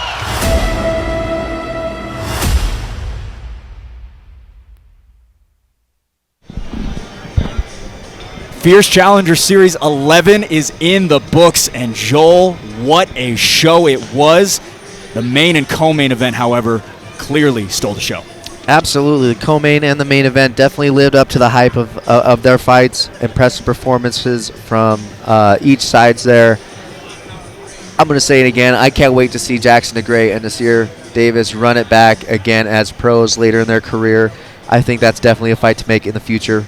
But congratulations to the new champ, Nasir Davis. Impressive performance, my friend. We see history here tonight. What else flew off the film for you? Oh, man. Ellen Aragon's knockout. One punch knockout. Sitting back, right hand down the pipe, lands right on the button there, and ended the show there. And, of course, Ben Robinson's knockout victory that just barely happened.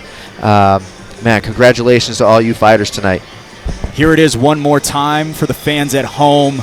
A staggering finish here. What a finishing blow. Joel, it doesn't get better than that. It definitely does not get better than that. That's exactly why we all love to watch fights, right? Oh, man, impressive performance. Congratulations, Ben Robinson. Impressive knockout. Happy to see you back in the win column, my friend. So much fun and so much to focus on through 9 fights, but we set our sights to Fierce Fighting Championship 33 live from the Maverick Center on August 3rd. Joel, a star-studded support system topped by pound-for-pound #1 pro, Mike Jones. Absolutely. I'm excited to see Mike Jones come back in there, get another victory under his name, and I believe Kent Mafileo back. Kent Mafileo, Zeke Latu finds his way to secure a spot on the card. Johan Rubio back after 2 years away. Andrew Mickelson, David Kim, DJ Fiafia, an absolutely stacked card. Oh, man. Everybody's going to be on the edge of their seats in the Maverick Center. And, I'm looking forward to hopefully being able to be back in the broadcast booth for that card as well to call those fights. If not, I'll definitely be there. But August 3rd, don't miss it. Maverick Center, West Valley, Utah. Come out and support. Joel, wild enough, I still got more for you. The amateur heavyweight title on the line between the incumbent Lauren Sua and Mark Gonzalez. Talon Carvalho to dance with Tyler Harden, who just fought a couple of weeks ago for Fierce for the lightweight strap as well. I totally forgot Talon's going to be on that card. I've been helping him a little bit during his fight camp, and I'm excited to see the progress that he's made as well. And I love watching Talon fight. He always brings a good crowd. He always brings the show, and he's always exciting to watch. How's he looking in your professional viewfinder? He's looking really good. I'm not going to elaborate too much. There's a couple things that we've been working on that, we don't want everybody else to know, but Talon's looking really good, everybody. Well, what a show we have had and what a show we have to look forward to in just 3 weeks. Tickets on sale right now at FierceFightingChampionship.com. From all of us who puts on the show to those who put together this broadcast, thank you all so much for watching. Blake Arulian alongside Joel Haro for the final time tonight, saying so long from Price, Utah, and we will see you on August 3rd.